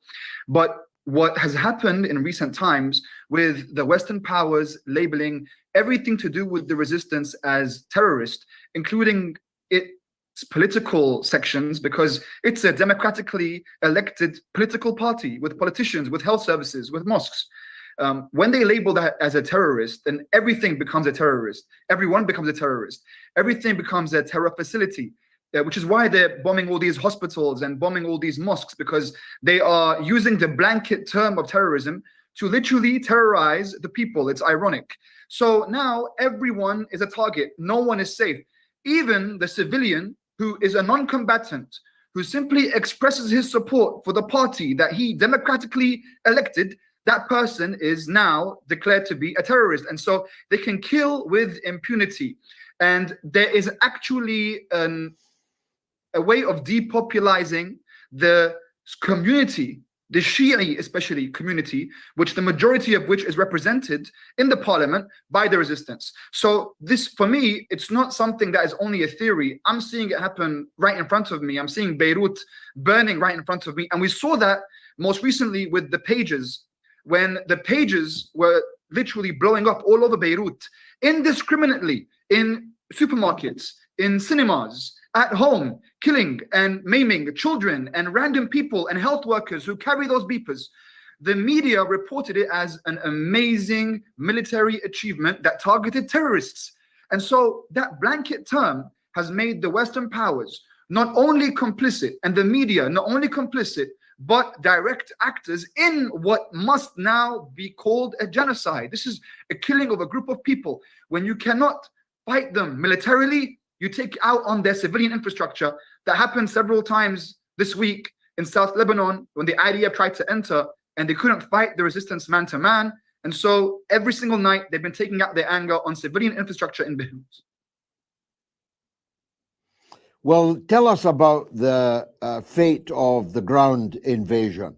The early signs were that they intended to invade Lebanon en masse. That turned out to be probing raids by small groups of so-called specialist forces, although when they were killed, they turned out to be 22-year-old boys. The experience has not been a good one, which will have come as no surprise to you or me, who know what happened in 2006, but seems to have come as a surprise to Western commentators and Israeli politicians. Describe what happened when Israel invaded Lebanon.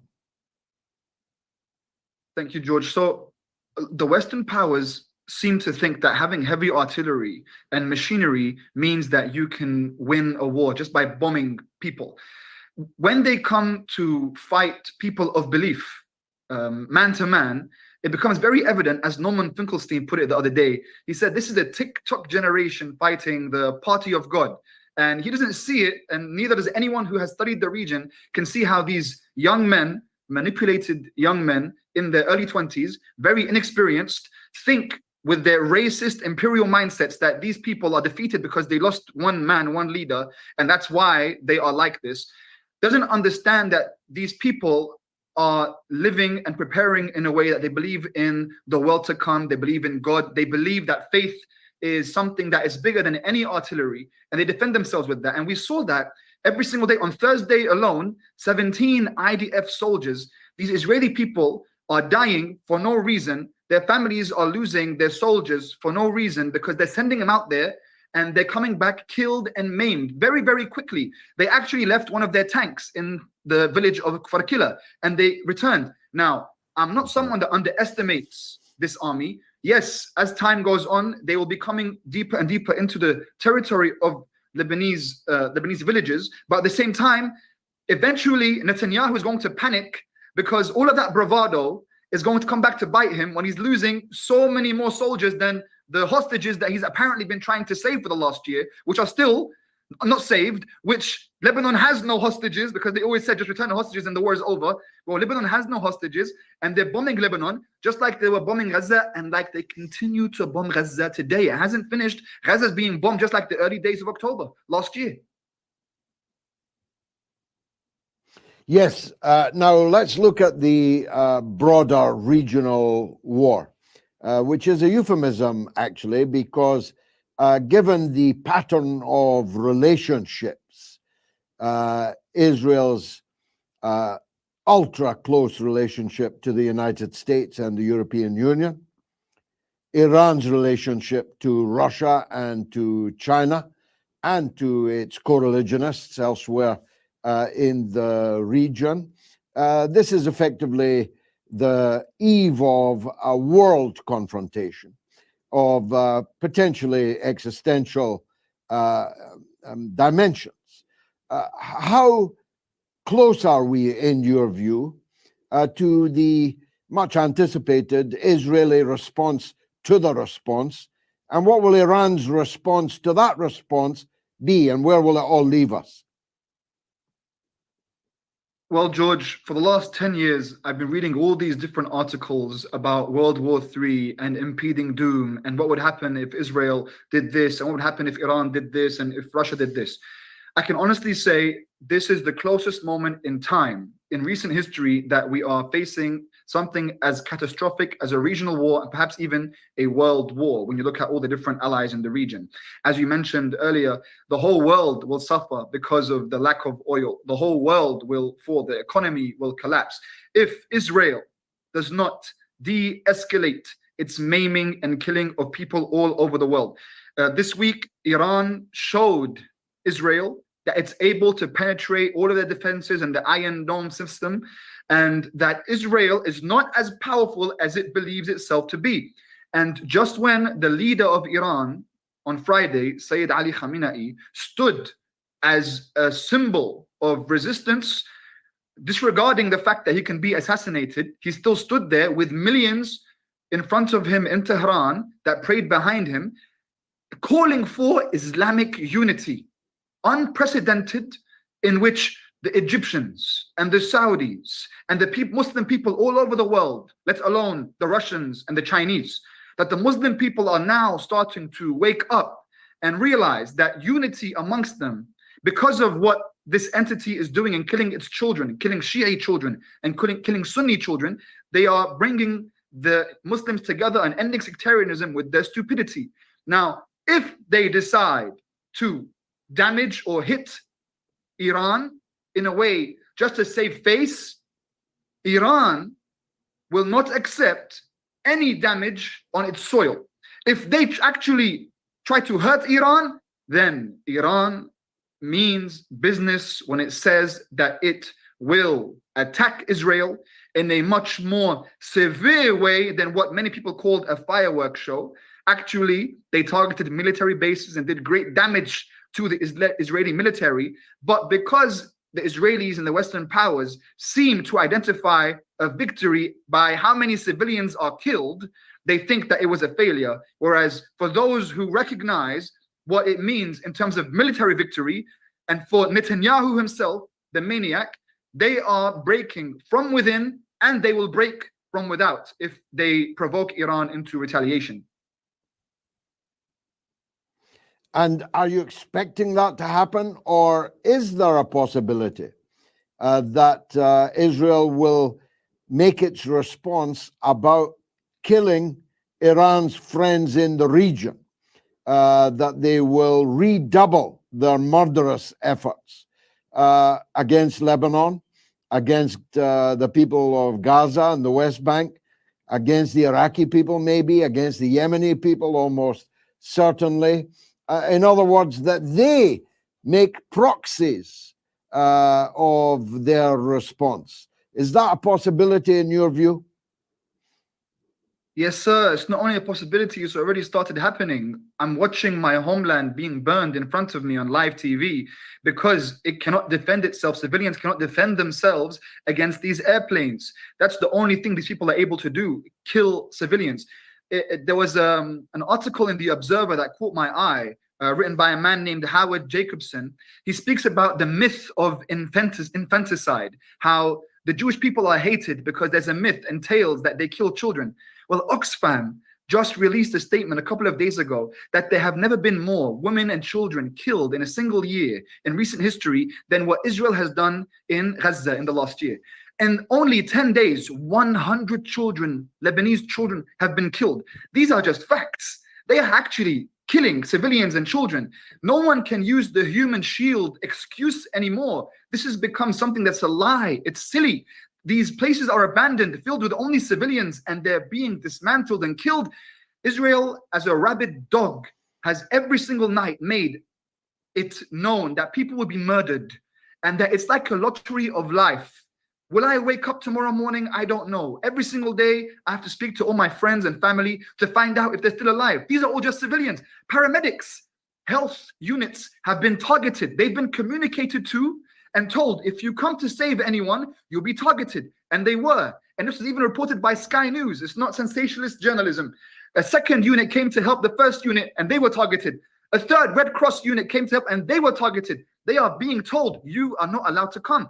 104 health workers, paramedics, nurses, and doctors have been killed in Lebanon in the last 2 weeks.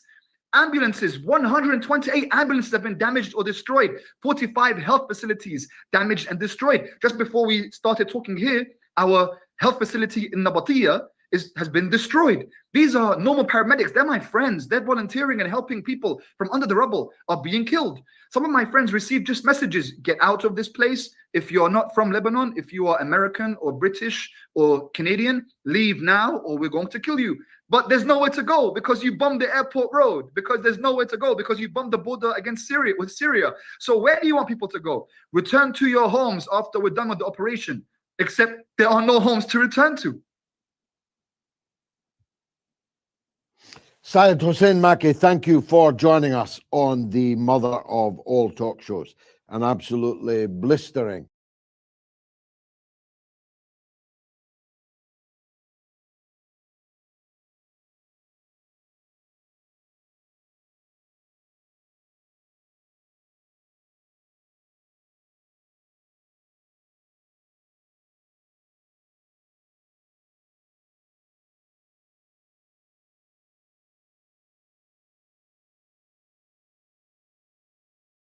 Eugene, with the time that we have left here, I think it's really important to talk a little bit, at least for the next few minutes, about the unprecedented Iranian retaliation we saw on Israel this week. It took everybody by surprise, I think, because we've been waiting for quite some time for Iran to respond, as it said, at a time and place of its choosing, for Israel's assassination of Ismail Haniyeh in Tehran, which was a direct attack on Iranian soil. And that comes after so many provocations over the last year. And so we saw Iran fire 180 ballistic missiles, at least, at Israel. Many of them made impact. Of course, the American administration officials tried to downplay it, calling it ineffectual, probably to try to stave off having to respond more harshly. But we are expecting an Israeli response. It's expected the Israelis will hit perhaps Iranian oil facilities. The U.S. is saying we're telling them not to hit nuclear facilities, but the Israelis are promising to maybe do that. So I guess my question for you is, in this unprecedented moment that we're in, it's a very dangerous moment that, of course, Israel has led us to, and as well as the Americans. What's going to happen next here? Wow. Okay. Well, you're really putting me in the hot seat. What's going to happen next? Eugene, I mean, predict. Yes, this is it. This is go to Vegas with this. I mean, it's tough to say exactly what's going to happen next, but I think it's more than fair for people to think that it's expanding. I mean, one of the factors about this entire piece that I think, people have maybe forgotten or are willfully ignorant about is the broader context of the Israeli project, right? Because, this is sort of what we're asking. And I think, it's hard to put ourselves back in that sort of pre-October 7th time. But if we put ourselves back in that moment, we can remember that many people were asking, well, how far can this go? Because you had the Israeli government, which was pushing forward with the normalization along with the United States, but was, seizing more land than ever before in the West Bank, obviously putting more and more pressure on Gaza. I mean, you had this sort of Likud party style one-state solution. In fact, you might remember very well, Rania, many commentators, even Israeli commentators, were saying that this was the state of affairs prior to October 7th, that there already was a one-state solution. It was the Israeli one-state solution of apartheid and ethnic cleansing from the river to the sea from their perspective. And certainly in the context of that sort of broader perspective, especially coming from the Likud party and these other far-right parties, has been a desire not only to displace as many Palestinians as possible, but also to expand the borders of Israel. They've actually never defined their borders because there is a deeper movement in these far-right areas that want to have a greater Israel. Some of them even think it should extend all the way up to Iraq, for instance, all of Lebanon, big chunks of Syria. If you look at the IDF, there's some of the IDF soldiers actually have a patch of this sort of like the military patch with a map that's supposed to be the map of Israel, of the greater Israel. It's got the Sinai in it. It's got all these other areas in it. So I say all that to say, you don't want to see any of this happening, obviously. But insofar as Israel is demanding that its settler colonial project be allowed to exist, this is the ultimate outcome. And this is the exact same thing we saw with South Africa in Southern Africa in 1978 when they decided to, invade Angola. They'd already taken over Namibia. The brutal attacks on the frontline states, the bombings of Zambia, the extreme dirty war that was waged against Mozambique. I mean, it's hard to even remind people, they'd build a well for a village that had never had good, clean running water. And Renamo, this, trader group that was run by South Africa, along with South African commandos, would come in and then spike the well, poison the water, destroy the well, and destroy all the crops, and try to create a famine so that any positive post-colonial development in Mozambique was just being completely and totally destroyed at all times. I could go on and on here, but the context of it was basically this. You had a settler colonial project that was completely illegitimate in a region of the world in which the vast majority of people did not want it to be there. So at a certain point, there's a logic amongst these sorts of forces that the only way for them to succeed is to escalate. And that's why I raised this issue of the invasion of Angola in 1978, is that the thought process of the South Africans is, well, the only way for us to really survive is to escalate and to invade these other countries and to try to destroy all our enemies or, bully them into submission to buy ourselves more time for something that the billion people surrounding us don't want. And I think for the Israelis, it's a very similar circumstance. I think this is what brought Netanyahu really back into politics and has allowed him to dominate politics. I think we've seen from the Israeli culture since October 7th that I think, I hate to say it, but it's true, the vast majority of people living there are 100% aware of what's going on, that nobody in the region wants this settler colonial occupation to continue, that increasingly people are getting frustrated, that the forces that are opposing them with arms are growing stronger because people are getting more frustrated with the fact that there is no justice for the Palestinians and there's complete and total impunity for Israel to launch their terroristic type bombings all across the region at any time and kill anyone, whoever they want. And I think they're seeing that ultimately the center can't hold, and that at a certain point, you have to fight. They were shocked because they're so racist. They didn't believe the Palestinians would ever fight back again. The Palestinians totally humiliated the so-called Israeli Defense Forces, very misnamed, on October 7th, just completely humiliated them. And I think that shocked the Israelis into a momentum where they said, we have to completely destroy anyone around us who possibly can offer resistance to this settler colonial project. And that could only bring us to the brink of huge regional war. And I think that's where we are right now. So people are trying to put the onus on Iran. Shocking to me. Absolutely shocking to me in the context of what's going on here. And I think that's what we're seeing, is that this Western created, sort of British, French created, and the US came in and jumped on it, system to try to divide and control the Arabs and the broader West Asia region, which is very rich, is undoubtedly collapsing, because the cornerstone, the settler colonial occupation of Israel, was never sustainable, just like the settler colonial occupation of South Africa was never sustainable. It's collapsing under its own weight. And because instead of realizing that and saying, let's give justice to the Palestinians and let's promote sovereignty in the broader region, nationalism in the broader region, development in the broader region, they're saying we're going to go to the brink to support Israel, which is taking us to the brink of this massive conflict. And I think it's terrible that this is where we are, but it's because Israel and the United States have been totally unwilling to entertain any proposal, even from their vassal states, like the Arab peace proposal in 2002. They won't entertain anything that could offer any justice to the Palestinians or the other Arab countries that are surrounding the region, and they're letting this settler colonial project pursue its own logic, which it really can only succeed because what are the only settler colonies that have succeeded, Rania? America, Canada, Australia, New Zealand. Now, what can we say about all those places? They completely and totally exterminated all the natives. So if you're a settler colonial project, that's the only way you can go. And that means the Palestinians, but it also means the Lebanese, it means the Syrians, and it really means the Jordanians and the Egyptians too, even though they've gotten them to bow down, those regimes there. But ultimately, they're also on the target list if they were ever to raise their head above the parapet ever again, and to some degree, even without it, in many different ways. So it's their own logic, but it's supported by imperialism. Oh, I think that's all beautifully said. And what I'll add to that is just a couple things. And one is the Israelis actually, for the first time while we were doing our live stream, they used an F-16 to do an airstrike on Tulkarem, which is in the West Bank. And it's according to Al Jazeera, the first time an Israeli fighter jet has done an airstrike in the West Bank since the early 2000s. Wow. If I'm not mistaken. So that's a huge, they killed 14 people at a cafe the last I saw. So it was a massacre, an absolute massacre. So you have Israel bombing, doing genocide in Gaza for a year now with no end in sight. At this point, it's become so normal. We don't even see the details anymore or pay attention to them so much because the Israelis also are carrying out atrocities across the West Bank, ethnic cleansing across the West Bank, demolishing homes and neighborhoods every day across the West Bank, and now doing airstrikes, actual airstrikes with fighter jets. The Israelis are currently bombing Dahieh, the southern suburb of Beirut, which they've been bombing every single night for the last week. It's become a nightly routine, as Maya, who we had on earlier, mentioned, displacing over 1 million people in Lebanon, and they've started their ground invasion of Lebanon, where in the first 2 days, they've lost at least 27 people. I believe it was 10 yesterday, 17 today, according to Hezbollah. And the 10 they lost yesterday, by the way, which they admitted to losing, were a part of an elite unit that trained specifically to invade Lebanon.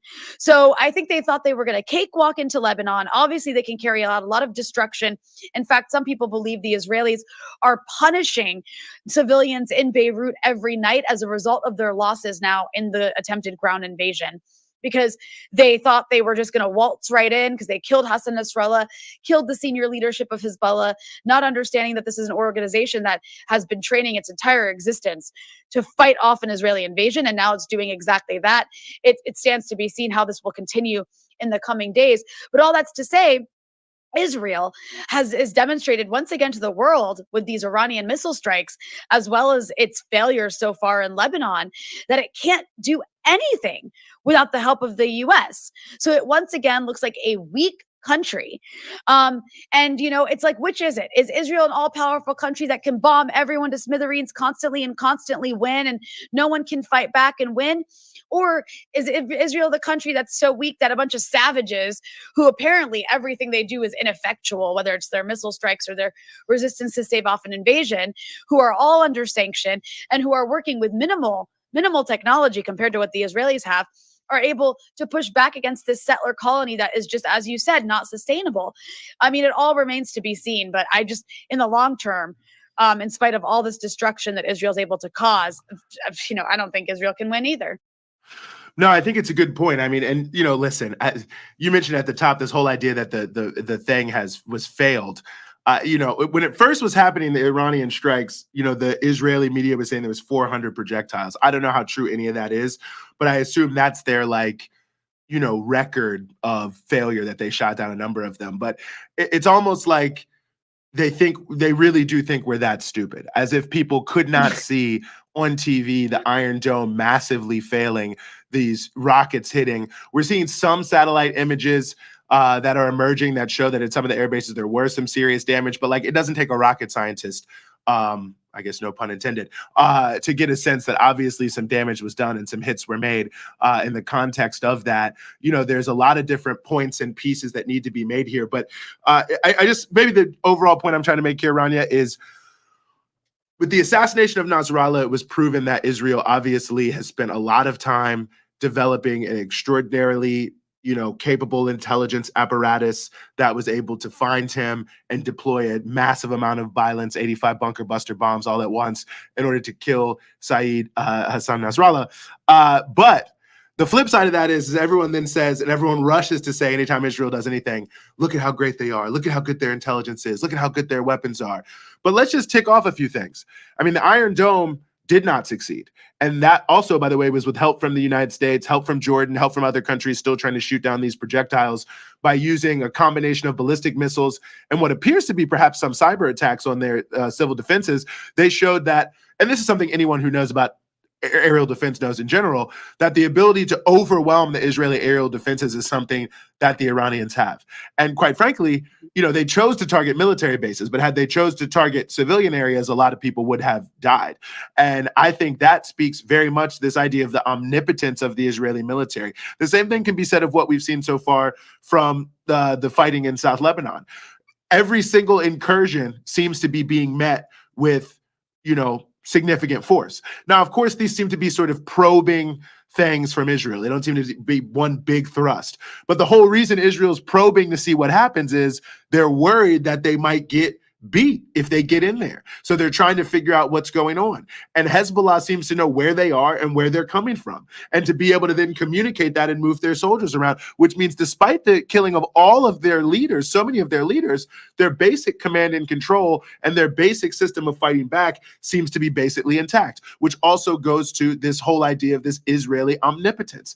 And, people always say, maybe think I bring it back to South Africa too much, and maybe I do, but this was the same context. Everyone always said that the South African military was so good and that the ANC could never match them and that these other African states could never stand up to them. But it turns out that omnipotence and that, invincibility was not true. And I think what we've seen from the Iranian missile attack and the sort of initial elements of the invasion, and let's see how it goes. Of course, the things can always go a lot of different ways. I'm not being predictive, but we have seen that this sort of omnipotent invincibility has been punctured again and again, quite frankly, from October 7th. I woke up this morning and there were some rockets being fired outside of Gaza into Israel. So 11 months into it, they've massacred 42,000 people. They claim that they've destroyed all of Hamas, and they're still firing rockets, still blowing up tanks, still fighting in the north, which is supposedly totally controlled by Israel.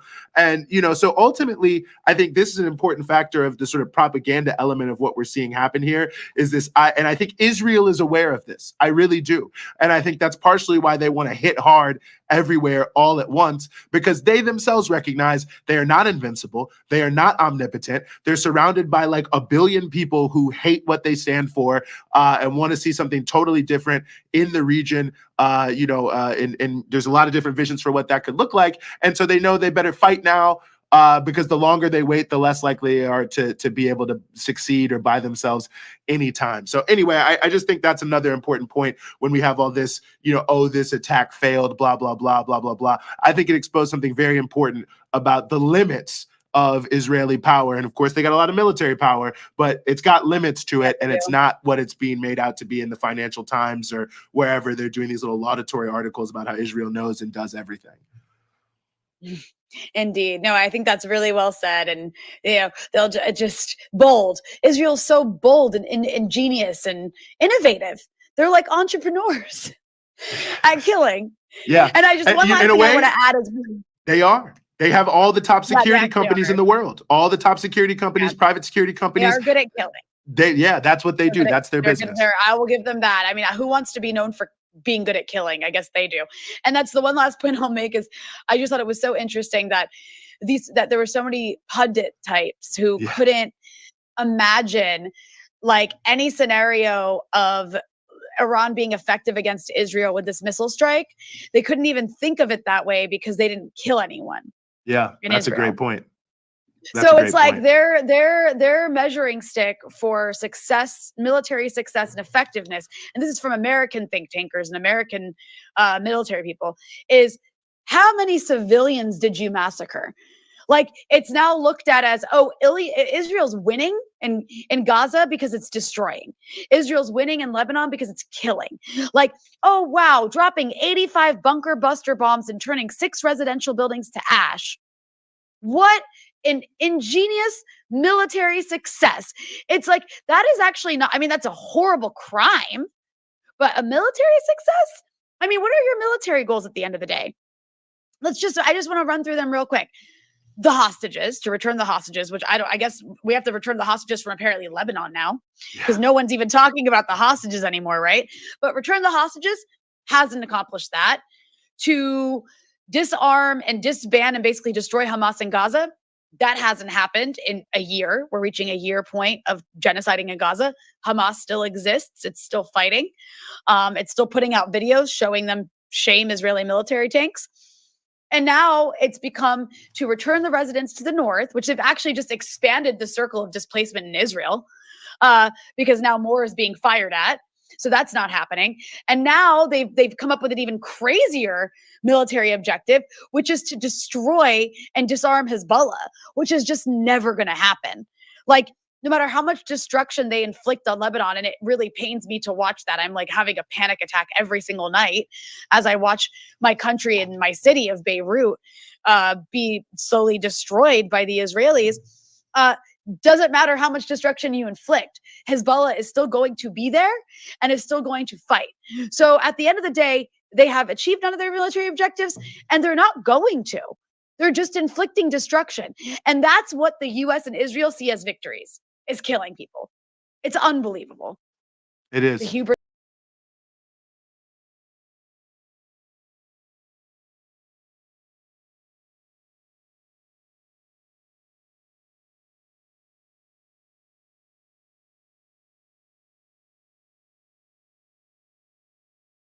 Hey guys, welcome to the Kim Iverson Show. Thank you so much for being here. Well, have you ever heard of Operation Gladio? So Operation Gladio was a covert NATO and CIA operation that built secret armies across Europe, allegedly to fend off a Soviet invasion. Sounds reasonable, right? But here's the catch. These stay-behind networks weren't just waiting around for the Soviets. In Italy, they're linked to false flag terror attacks, bombings that killed innocent civilians, all to discredit left-wing movements and manipulate politics. Think that couldn't happen? Well, think again. The mainstream media ignored it for decades, but the truth is out there. How far did this go? Who is really pulling the strings? And why does no one want to talk about it? Well, tonight's show is going to leave you questioning everything you thought you knew about the forces ruling our nation and the world. All right, tonight we're going to be talking with Colonel Roxanne Towner Watkins. Colonel Towner Watkins entered the Air Force in 1979. She served as an aircraft maintenance technician until 1985. In 1985, she was selected for the Reserve Officer Training Corps program. Upon graduation, she held positions in personnel, including deployed PERSCO team chief and aide-de-camp during Operation Private Comfort in Iraq, as well as forward deployed PERSCO team chief. She was assigned to the Pentagon in 1995, where she was responsible for a $2 billion training and readiness budget prior to being selected as an executive officer for the general officer in the Pentagon.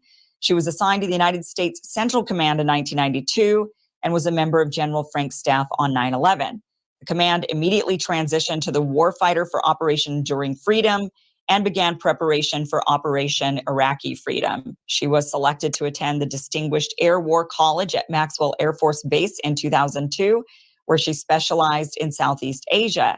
She has served in various commander positions. She was responsible for the combat readiness of over 13,000 Air Force members, supporting worldwide combat operations for the United States Air Force. Now that she's retired, among doing other things, she exposes what Operation Gladio was and what she says still is. And what she has to expose is quite alarming. So let's get to the show. Colonel Towner Watkins, welcome to the show. Thank you so much for being here. Thank you for having me. Okay, let's get into this Operation Gladio. You say that, okay, the Cliff Notes version that we read about online is just that, a Cliff Notes version. It doesn't go deeper into what the operation really is. And when we do research on this, the assertion is that it's over. This was something during the Cold War. A lot of weird stuff happened during the Cold War, but you're saying, no, this stuff is still going on. And you're here to really expose this operation and the fact that it is still going on. So let's break down first what this operation really was and is. So in terminology, Operation Gladio, the word gladio means in Italian short sword, like stabbing people in the back type of thing. And Operation Gladio was initially created in the aftermath of World War II. And it was sold to all of the NATO countries, to include the United States, as an anti-communist operation. We have to create these stay-behind units. We're going to use ordinary citizens. You can think of them as a militia. And we are going to train them. We're going to give them caches of weapons, explosives, communication equipment and money that's going to be buried in a local town or a forest nearby. And if the communist comes over the Volga Gap into Europe, we would mobilize these militia Gladio type entities, and they would fall in on their caches of weapons. They would come in from behind and basically protect their local communities. However, they were never used for that. They were used exclusively for domestic violence. They were used exclusively in terrorists within the countries throughout Europe. If you look at the tube bombings in England, if you look at the train bombings in Spain in the 1990s, if you look at the Bologna train bombing in Italy, they all track back to these trained operators and these caches of weapons. And in the aftermath of the only real investigation into this operation, which was done in 1990 in Italy, actually in the late 80s, but it was revealed in 1990. And I can tell you the exact date, because the weird thing about this operation when I first discovered it was the dates and how they matched up to things that happened to me personally. For example, I got assigned to Italy. My date that I entered the country was 2 August 1990. It was my first overseas assignment. I was a lieutenant. I was totally psyched about living in Italy for 3 years, only to find out during this investigation that the day Andreotti, the prime minister of Italy, announced the fact that they had this operation and then it was responsible for domestic terrorism, was the 2nd of August, 1990. So the whole investigation and the revealing of it happened while I was over there, but I never heard the term Gladio. I had always heard it referred to as strategy of tension.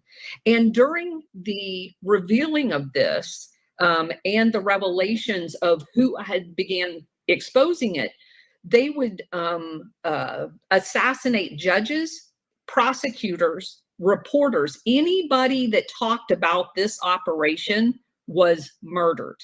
Wow. And so I'm thinking it's just mafia activity, right? There's people, 5 prosecutors were killed, or judges, sorry, in Sicily on one day. And I'm like, that's crazy. But it was kind of passed off as being mafia associated.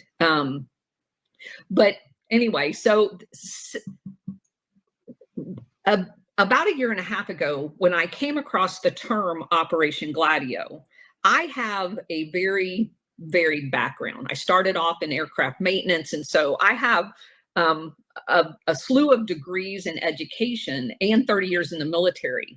And I have a master's degree that the Air Force paid for that talked about global studies. And so generally speaking, most operations of any significant size, I've at least heard of, and I have like a cursory amount of knowledge. I had never heard of Operation Gladio, which was very weird, because the first book I read was Operation Gladio by Paul Williams about it.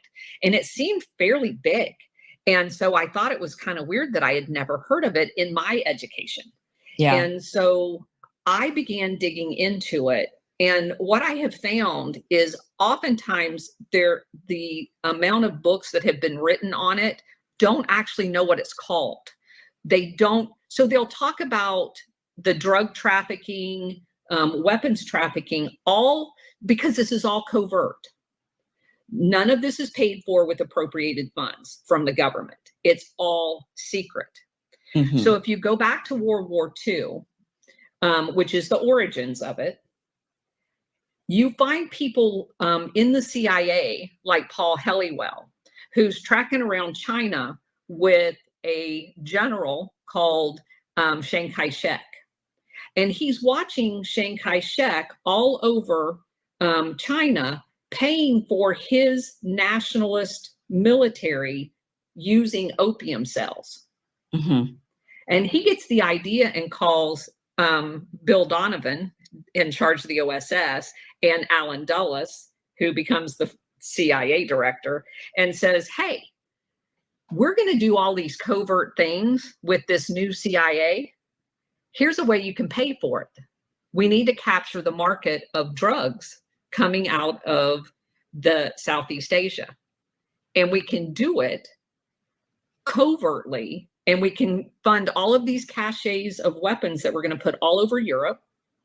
And so on top of that, in order to facilitate that, you have the Korean War start, you have the Vietnam War start, and the Afghan War, initially, the one that we're funding of them fighting Russia. Right. And yeah, which is done through Pakistan. And you know what they all have in common? Opium. Okay, so let's back up just for a second so that we can just fully kind of wrap our minds. This is getting, I mean, this makes a lot of sense. And I would imagine that this operation, especially as we dig deeper into this, it starts to put a lot of puzzle pieces together that 100%. are not, yeah, that don't seem like they all seem kind of scattered. Like, we know the CIA was behind this, we know the CIA was doing this, but you're saying, oh no, it was all part of a whole agenda, a whole operation. Okay, so back up just for a second. The players that they placed all throughout these NATO countries in Europe. So you're saying that the operation started off with they had these individuals and these and mounds of weapons that they stored. Where did they store the weapons, and who were these individuals? Were these individuals members of the members of the military who fought in World War II? Like, who are these? Or are they just regular average citizens that just recruited? So Reinhard Gehlen, Hitler's SS general, first came up with the stay behind unit concept, and he called them werewolf units. And the reason why he picked that is because they're citizens by day. They're not military, but they're killers by night, just like a werewolf. So they would take these people and literally, like what we would have thought in 1776, the militias, they're normal civilians. And when they get the call, they are trained to fall in on this weapon cache, which all of them included rifle, ammunition, explosives. And that was the dead giveaway. C4 explosives was put in most of these caches, which only NATO had and not the individual countries. And that's how they ended up in investigations tying the Gladio operation to these domestic bombings, was that C4 element of it. And which countries did they recruit these people and have these caches of weapons? Every NATO country, Norway, Sweden, every single. As a matter of fact, it has now been disclosed that there was a secret agreement. Daniel Gansler wrote a book, NATO Secret Armies, where he found the documents that you actually, in order to join NATO, even as an affiliate, not a member, you have to agree to create these networks. Okay. Because so even countries that weren't so even countries that weren't officially NATO members, but they were just NATO allied.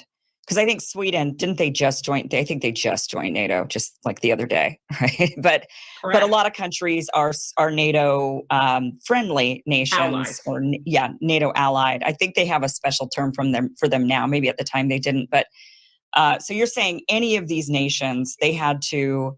So who did they approach to set this up in each individual nation? Did they go to the prime minister or president of these nations? Did they go to their spy agencies? Like, who would they have gone to? Because if Italy ultimately does this investigation and they uncover it, the government initiated that investigation, which means the government didn't really know about this. So who knew about it? Who set it up in those countries? Congress, the senators actually did the investigation. They did not know about it. The majority of the leadership did. And in Italy, it was a very interesting dynamic. They created, in the aftermath of World War II, a Masonic order called P2, Propaganda Duo, meaning two. And a lot of the officers throughout the government that were part of the Gladio network were all members of P2 Lodge. And this thing ends up going all over the world because they take the P2 Lodge, and for South America operations, which was referred to as Operation Condor, where they couped all of the governments in South America and installed fascist dictators. It was done, orchestrated primarily out of Argentina, which is where they had relocated a lot of the Nazi general officers. That's why I'm saying, Kim, you were very perceptive when you say it puts a lot of pieces together, because once you understand this entire operation, so much of what's going on today makes sense, because these were set up in Ukraine as well. Because it originated with Hitler, all of the Axis territories at the end of World War II already had stay-behind units in them. Hungary, Romania, all of them, to include Germany, to include France. So in the aftermath of World War II, SS General Reinhard Gehlen approaches Allen Dulles and says, I've got a deal for you. You spare me Nuremberg, I'm going to turn over the entire map of these stay-behind units to you. And do you know where Reinhard Gehlen ends up? He becomes the very first, what they refer to as BND, which is our CIA, in West Germany, in the denazified German NATO member country, right? So he's running their spy. So you're very perceptive. That's exactly where they house these. In the CIA ran ours, the BND ran Germany's, the SIFAR ran the one in Italy, but they had several other organizations, like their Carabinieri, several of the senior people in their, which is kind of like their national police, were involved in it. And that's the case all over Europe. So in the aftermath of World War II, as they're training these, they also saved the trainer that Reinhard Gehlen used for the Nazi stay-behind unit concept. His name's Otto Skorzeny. Have you ever heard of him? Otto Skorzeny is a well-known Nazi. He's got a big scar. He's the guy that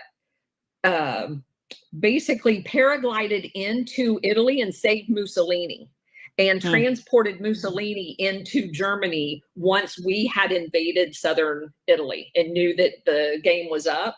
So he's very, very well known as far as a historical figure. So what we do with Otto Skorzeny, because NATO decides he's going to be their trainer. All of these countries in Europe, they're going to bring him in and have the former Nazi train them on how to do stay-behind operations, how to shoot, I could literally do an entire show on just the Nazis we saved, just like how I mean, that alone is a topic that people should know more about, is just how we didn't really truly we just repurposed all of these Nazis for our own. And anyway, every one of them resurfaces in Gladio. And I think that's honestly why that this information has been kept from Americans for a long time, is because they don't want us to associate the two of them together. We not only imported them here, but we obviously helped import them into South America, and we did it for control. Many of the U.S. corporations, and so that probably needs to be said. Some people would go, well, why are they doing this outside of just control? What I have come to realize is I use the word international syndicate. I'm sure you're aware of Mike Benz. He uses the word blob, but the blob is too, I always think of Jell-O when I think of the blob. It's not like evil. This is actually evil. This international criminal syndicate that has colluded together and used the world government implements that were implemented after World War II, the UN, the World Bank, the IMF, they're all pieces of this puzzle. The paramilitary part of it is Operation Gladio, ran out of NATO, but it is just one of many segments. And they use these instruments to dominate the countries around the world. Thank you so much for watching. This was just a clip from the longer, larger show that you can catch Monday through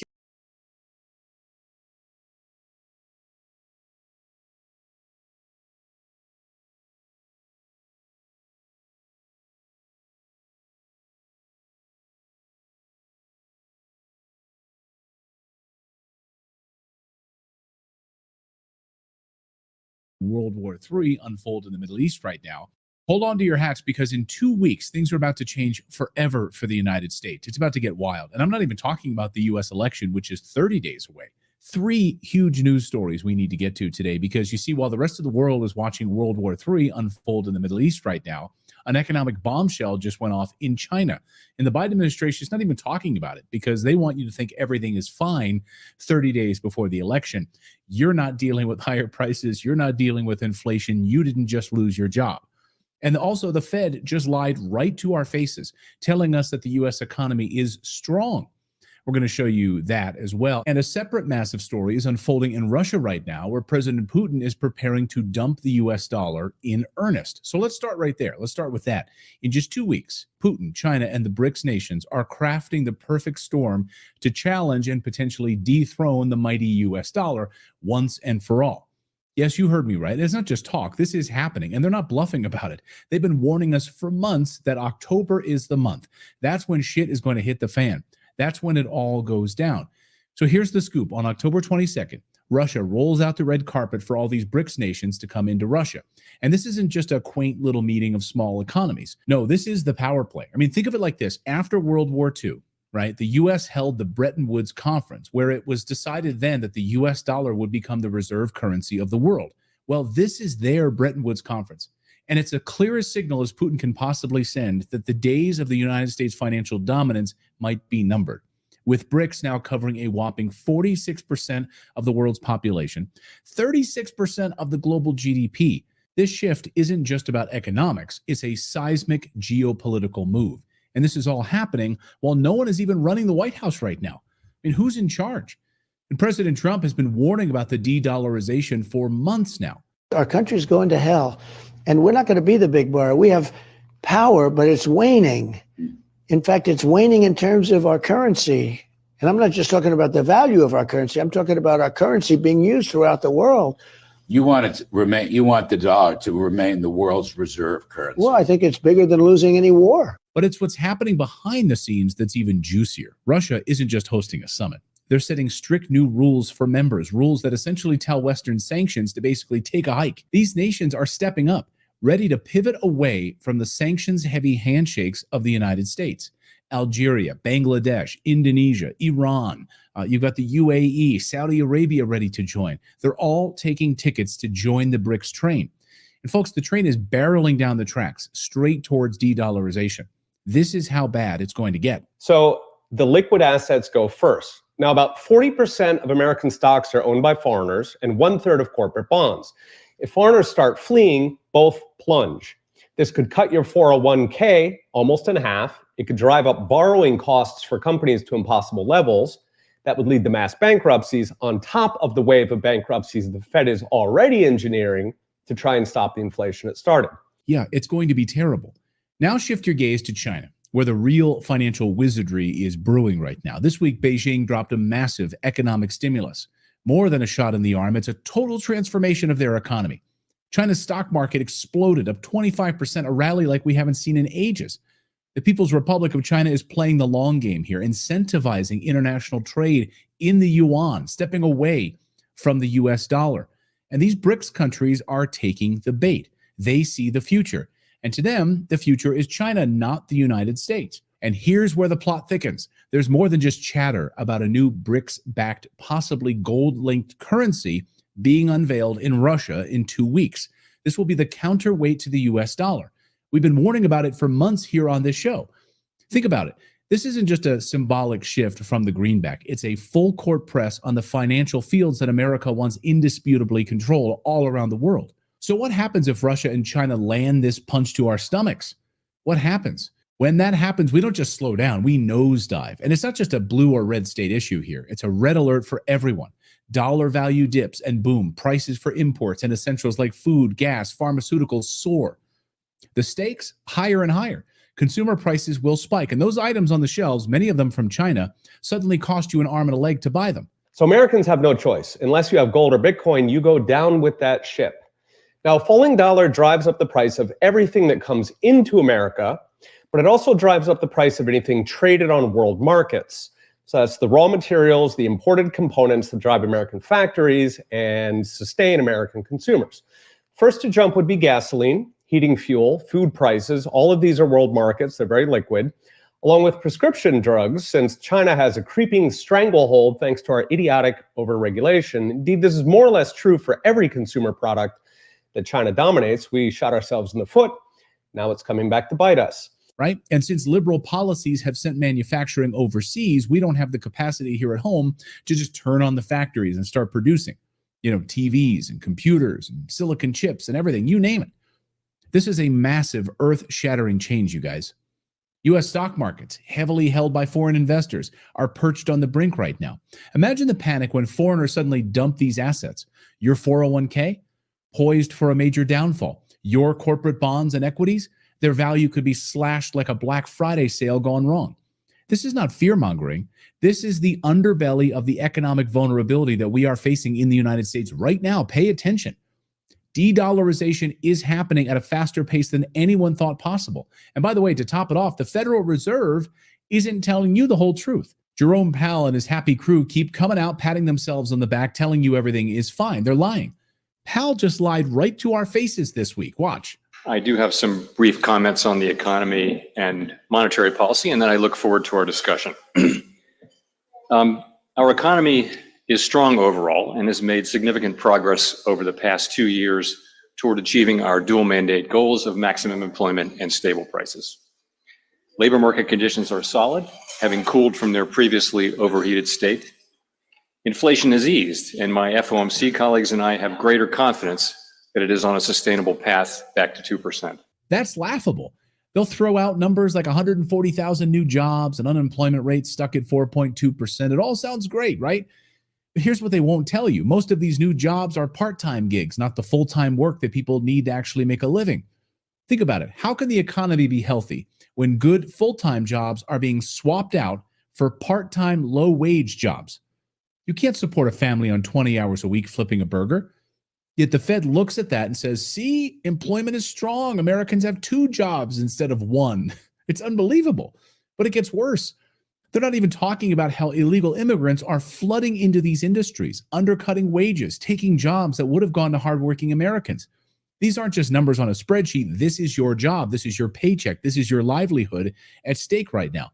I mean, look, the Fed can manipulate the data all they want, but it doesn't change the reality that we're living in right now. When the numbers are cooked, it paints a false picture. Basically, the Biden-Harris government is telling you that you're fine, even though you know you're not. People are struggling.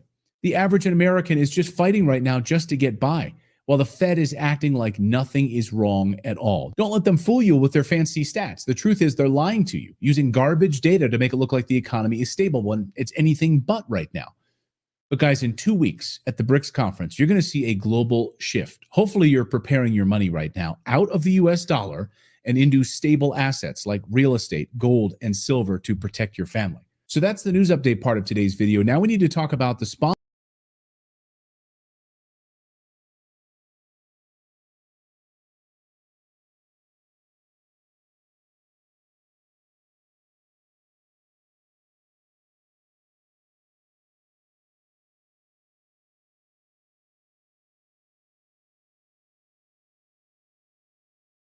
Right after Hurricane Helene, it looks like Florida is going to be hit once again with Hurricane Milton.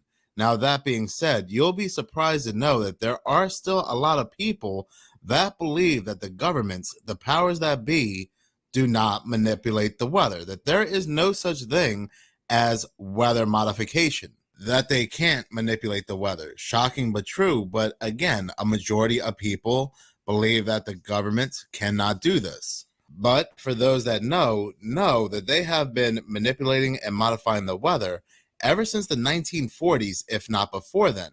And we know this due to operations like Project Cirrus and Project Storm Fury. With Project Cirrus, they were seeding hurricanes like Hurricane Esther with silver iodide, and then they moved on to much better tactics with Project Storm Fury. Now, if you were going to talk to somebody about weather manipulation, weather modification, and you were to bring up Project Storm Fury, Project Cirrus, it would pretty much be lost on deaf ears, because this goes all the way back, like I said, to the 1940s, to the 1960s.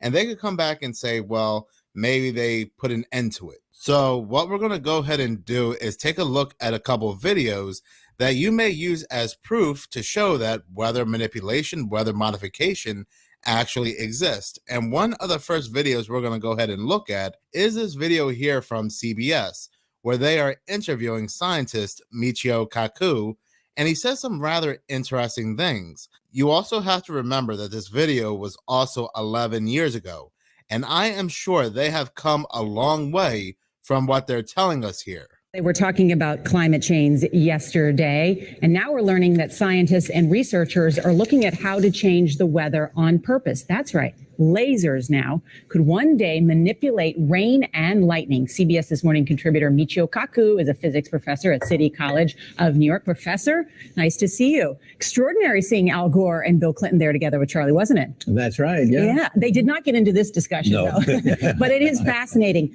I mean, lasers really to change the weather? That's right. Well, as Mark Twain once famously said, everyone complains about the weather, but no one ever does anything about it. Well, instead of doing a rain dance, we physicists are firing trillion-watt lasers into the sky to actually precipitate rain clouds and actually bring down lightning bolts. This is potentially a game changer. But this is experimental. It's experimental. However, in the laboratory so far, it works. When you have water vapor and you have dust particles or ice crystals, you can precipitate rain. It condenses around the seeds. These seeds can also be created by laser beams. By firing trillion-watt lasers, you rip apart the electrons, creating what are called ions, and these ions act like seeds, like dust particles, bringing down rain and even lightning. Go ahead. Well, this is fascinates me in part because, too, I remember reading the stories that China had used this during the Olympics, that the USSR had used this after Chernobyl to create rain clouds. I mean, did those really work then? We have some of these capabilities now? Inconclusive. Even in the 60s, the CIA used this to bring down monsoons during the Vietnam War, to wash out the Viet Cong. Governments have been playing with this thing. Alleged to. Alleged to, right. Yeah. Now, I always found this part of the interview rather funny due to how fast she jumps up to say allegedly and to make sure he says allegedly, even though he talks about other countries using weather manipulation. As soon as he talks about the United States using it during the Vietnam War, then she starts to jump up and gets nervous. That part is rather telling. we realize that for decades now, these governments have been alleged to have experimented with weather control, but nothing conclusive. This time we're bringing in the laws of physics rather than simply waving our hands and uttering mumbo jumbo. We're actually using trillion-watt lasers now. And in the laboratory, sure enough, they precipitate rain out of water vapor. Sure enough, you can actually bring down electricity down the beam. So what does it mean for drought areas that need to have rain for crops? And if they don't have them, there's the consequences of famine. The bad news is if it's a clear blue sky, it's not going to do anything at all because it only takes water vapor that's already in the air and condenses it. However, for floods, for agriculture, farmers, for people planning wedding parties, football games, you name it, outdoor events and agriculture and flooding and even hurricanes, all of them could be subject to weather modification. Incredibly interesting, Professor Michio Kaku. Thank you so much. So they went from silver iodide and the tactics they used back in the 50s and 60s to now lasers. But what they are telling us here, even 11 years ago, is still old. The technology they have that we don't see is well advanced. This next video is definitely creepy, and it comes from NASA, and they are showing you they can create rain clouds. And if they can create rain clouds like this, they can definitely manufacture hurricanes. And this is technology they are showing us from 6 years ago. But you also have to understand what they are showing us is still old to them. Imagine the technology that we do not see. And after watching this, if you still say to yourself that, weather manipulation, weather modification, hurricanes cannot be created, then I really don't know what to tell you.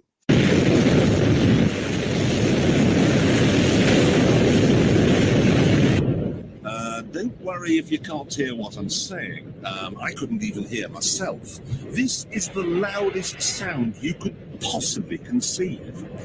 And as it turns out, the cleanest.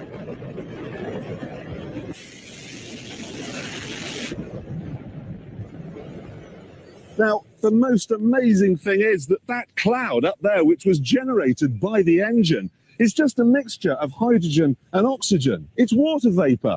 And in about an hour's time, someone in Mississippi is going to get wet washing. It will actually rain.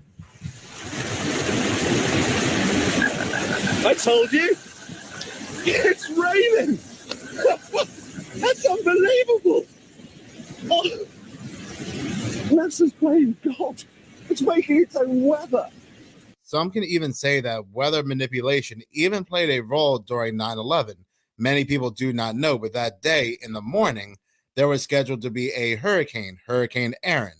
And I have spoken about this once before. September 10th, news agencies were telling us to brace for Hurricane Aaron because it will make landfall the next day. It will hit. They were calculating the damages. They were calculating the totals. They were even saying how many people would lose their lives. Hurricane Aaron would be absolutely devastating. The very next day, Hurricane Aaron was actually touching New York. Then out of nowhere, magically, this cold front comes along and moves Hurricane Aaron to a different direction and moves it out to sea to give 9/11, to give New York beautiful clear skies. The day before 9/11, over the greater New York area, skies were turbulent with extensive cloud cover, accompanied by scattered showers. I remember that day very well. I was here at News 12 doing my evening weathercast and showing our viewers satellite images of a very powerful storm, a Category 3 hurricane, Hurricane Aaron, which was moving on a track that would take it, perhaps the next day, right into the tri-state metropolitan area. Notice also the movement. It's moving toward the northwest. And if it were to keep on moving, it would be heading right toward Long Island and southern New England, but it's not going to do that. But then I pointed out that the cold front that was moving through our area would ultimately push Aaron away from the East Coast. Will be turned around and moved to the north and northeast, out of the picture for us as this cold front comes on in and through, and for all intents and purposes, just boom, kicks Aaron right on out to sea. I was actually happy to tell our viewers that we were going to dodge a major weather bullet, that the hurricane was going to veer away from the eastern seaboard, that September 11th was going to be a beautiful day, blue skies and bright sunshine. In retrospect, maybe it would have been better if we had to deal with the hurricane. The front moves through, less humid air moves in, and sunshine. You know, if that cold front had been just 24 to 36 hours slower than it was, the weather on 9/11 might have been much different than it turned out to be. Well, there's no doubt if a hurricane had hit on 9/11, the situation would have been changed. Bill Corbell is a broadcast meteorologist who began his career as a weather officer in the Air Force and recently retired as a lieutenant colonel. The highlight of his military career was a 2-year stint as a weather forecaster for Air Force One. Corbell, who is a private pilot, believes that if Hurricane Aaron had moved into the Northeast on September 11th, it likely would have canceled numerous flights and prevented the terrorists from carrying out their plans. The hijackers, the terrorists needed certain conditions to fulfill what they wanted to do, and the weather just would not have allowed that if a hurricane had hit New York on that day. Ironically, the beautifully pristine weather that arrived on the morning of September 11th actually helped the terrorists. I mean, they needed really good weather, which they got. That cold front just scoured the atmosphere clean. It was as clear as you recall and as blue as we have ever seen around here. So that allowed these modestly competent pilot terrorists to see the targets and do what they had to do. If it had not been September 11th, it might have been some other date then that the terrorists would have chosen. But one thing that we are certain of, if Hurricane Aaron had continued on its northwesterly course into the northeastern states and the tri-state metropolitan area, the tragic events that have been burned into our collective memories and associated with the date September 11th might never have happened. It would have been the storm that possibly could have changed history. Joe Rayo, News 12. Very, very interesting how that works. Just out of nowhere, this cold front just happened to move the hurricane out of the way to get perfectly blue, clear skies. But in any case, thank you so much for watching. If you like this channel and you want to see more, please Coffee. Follow me.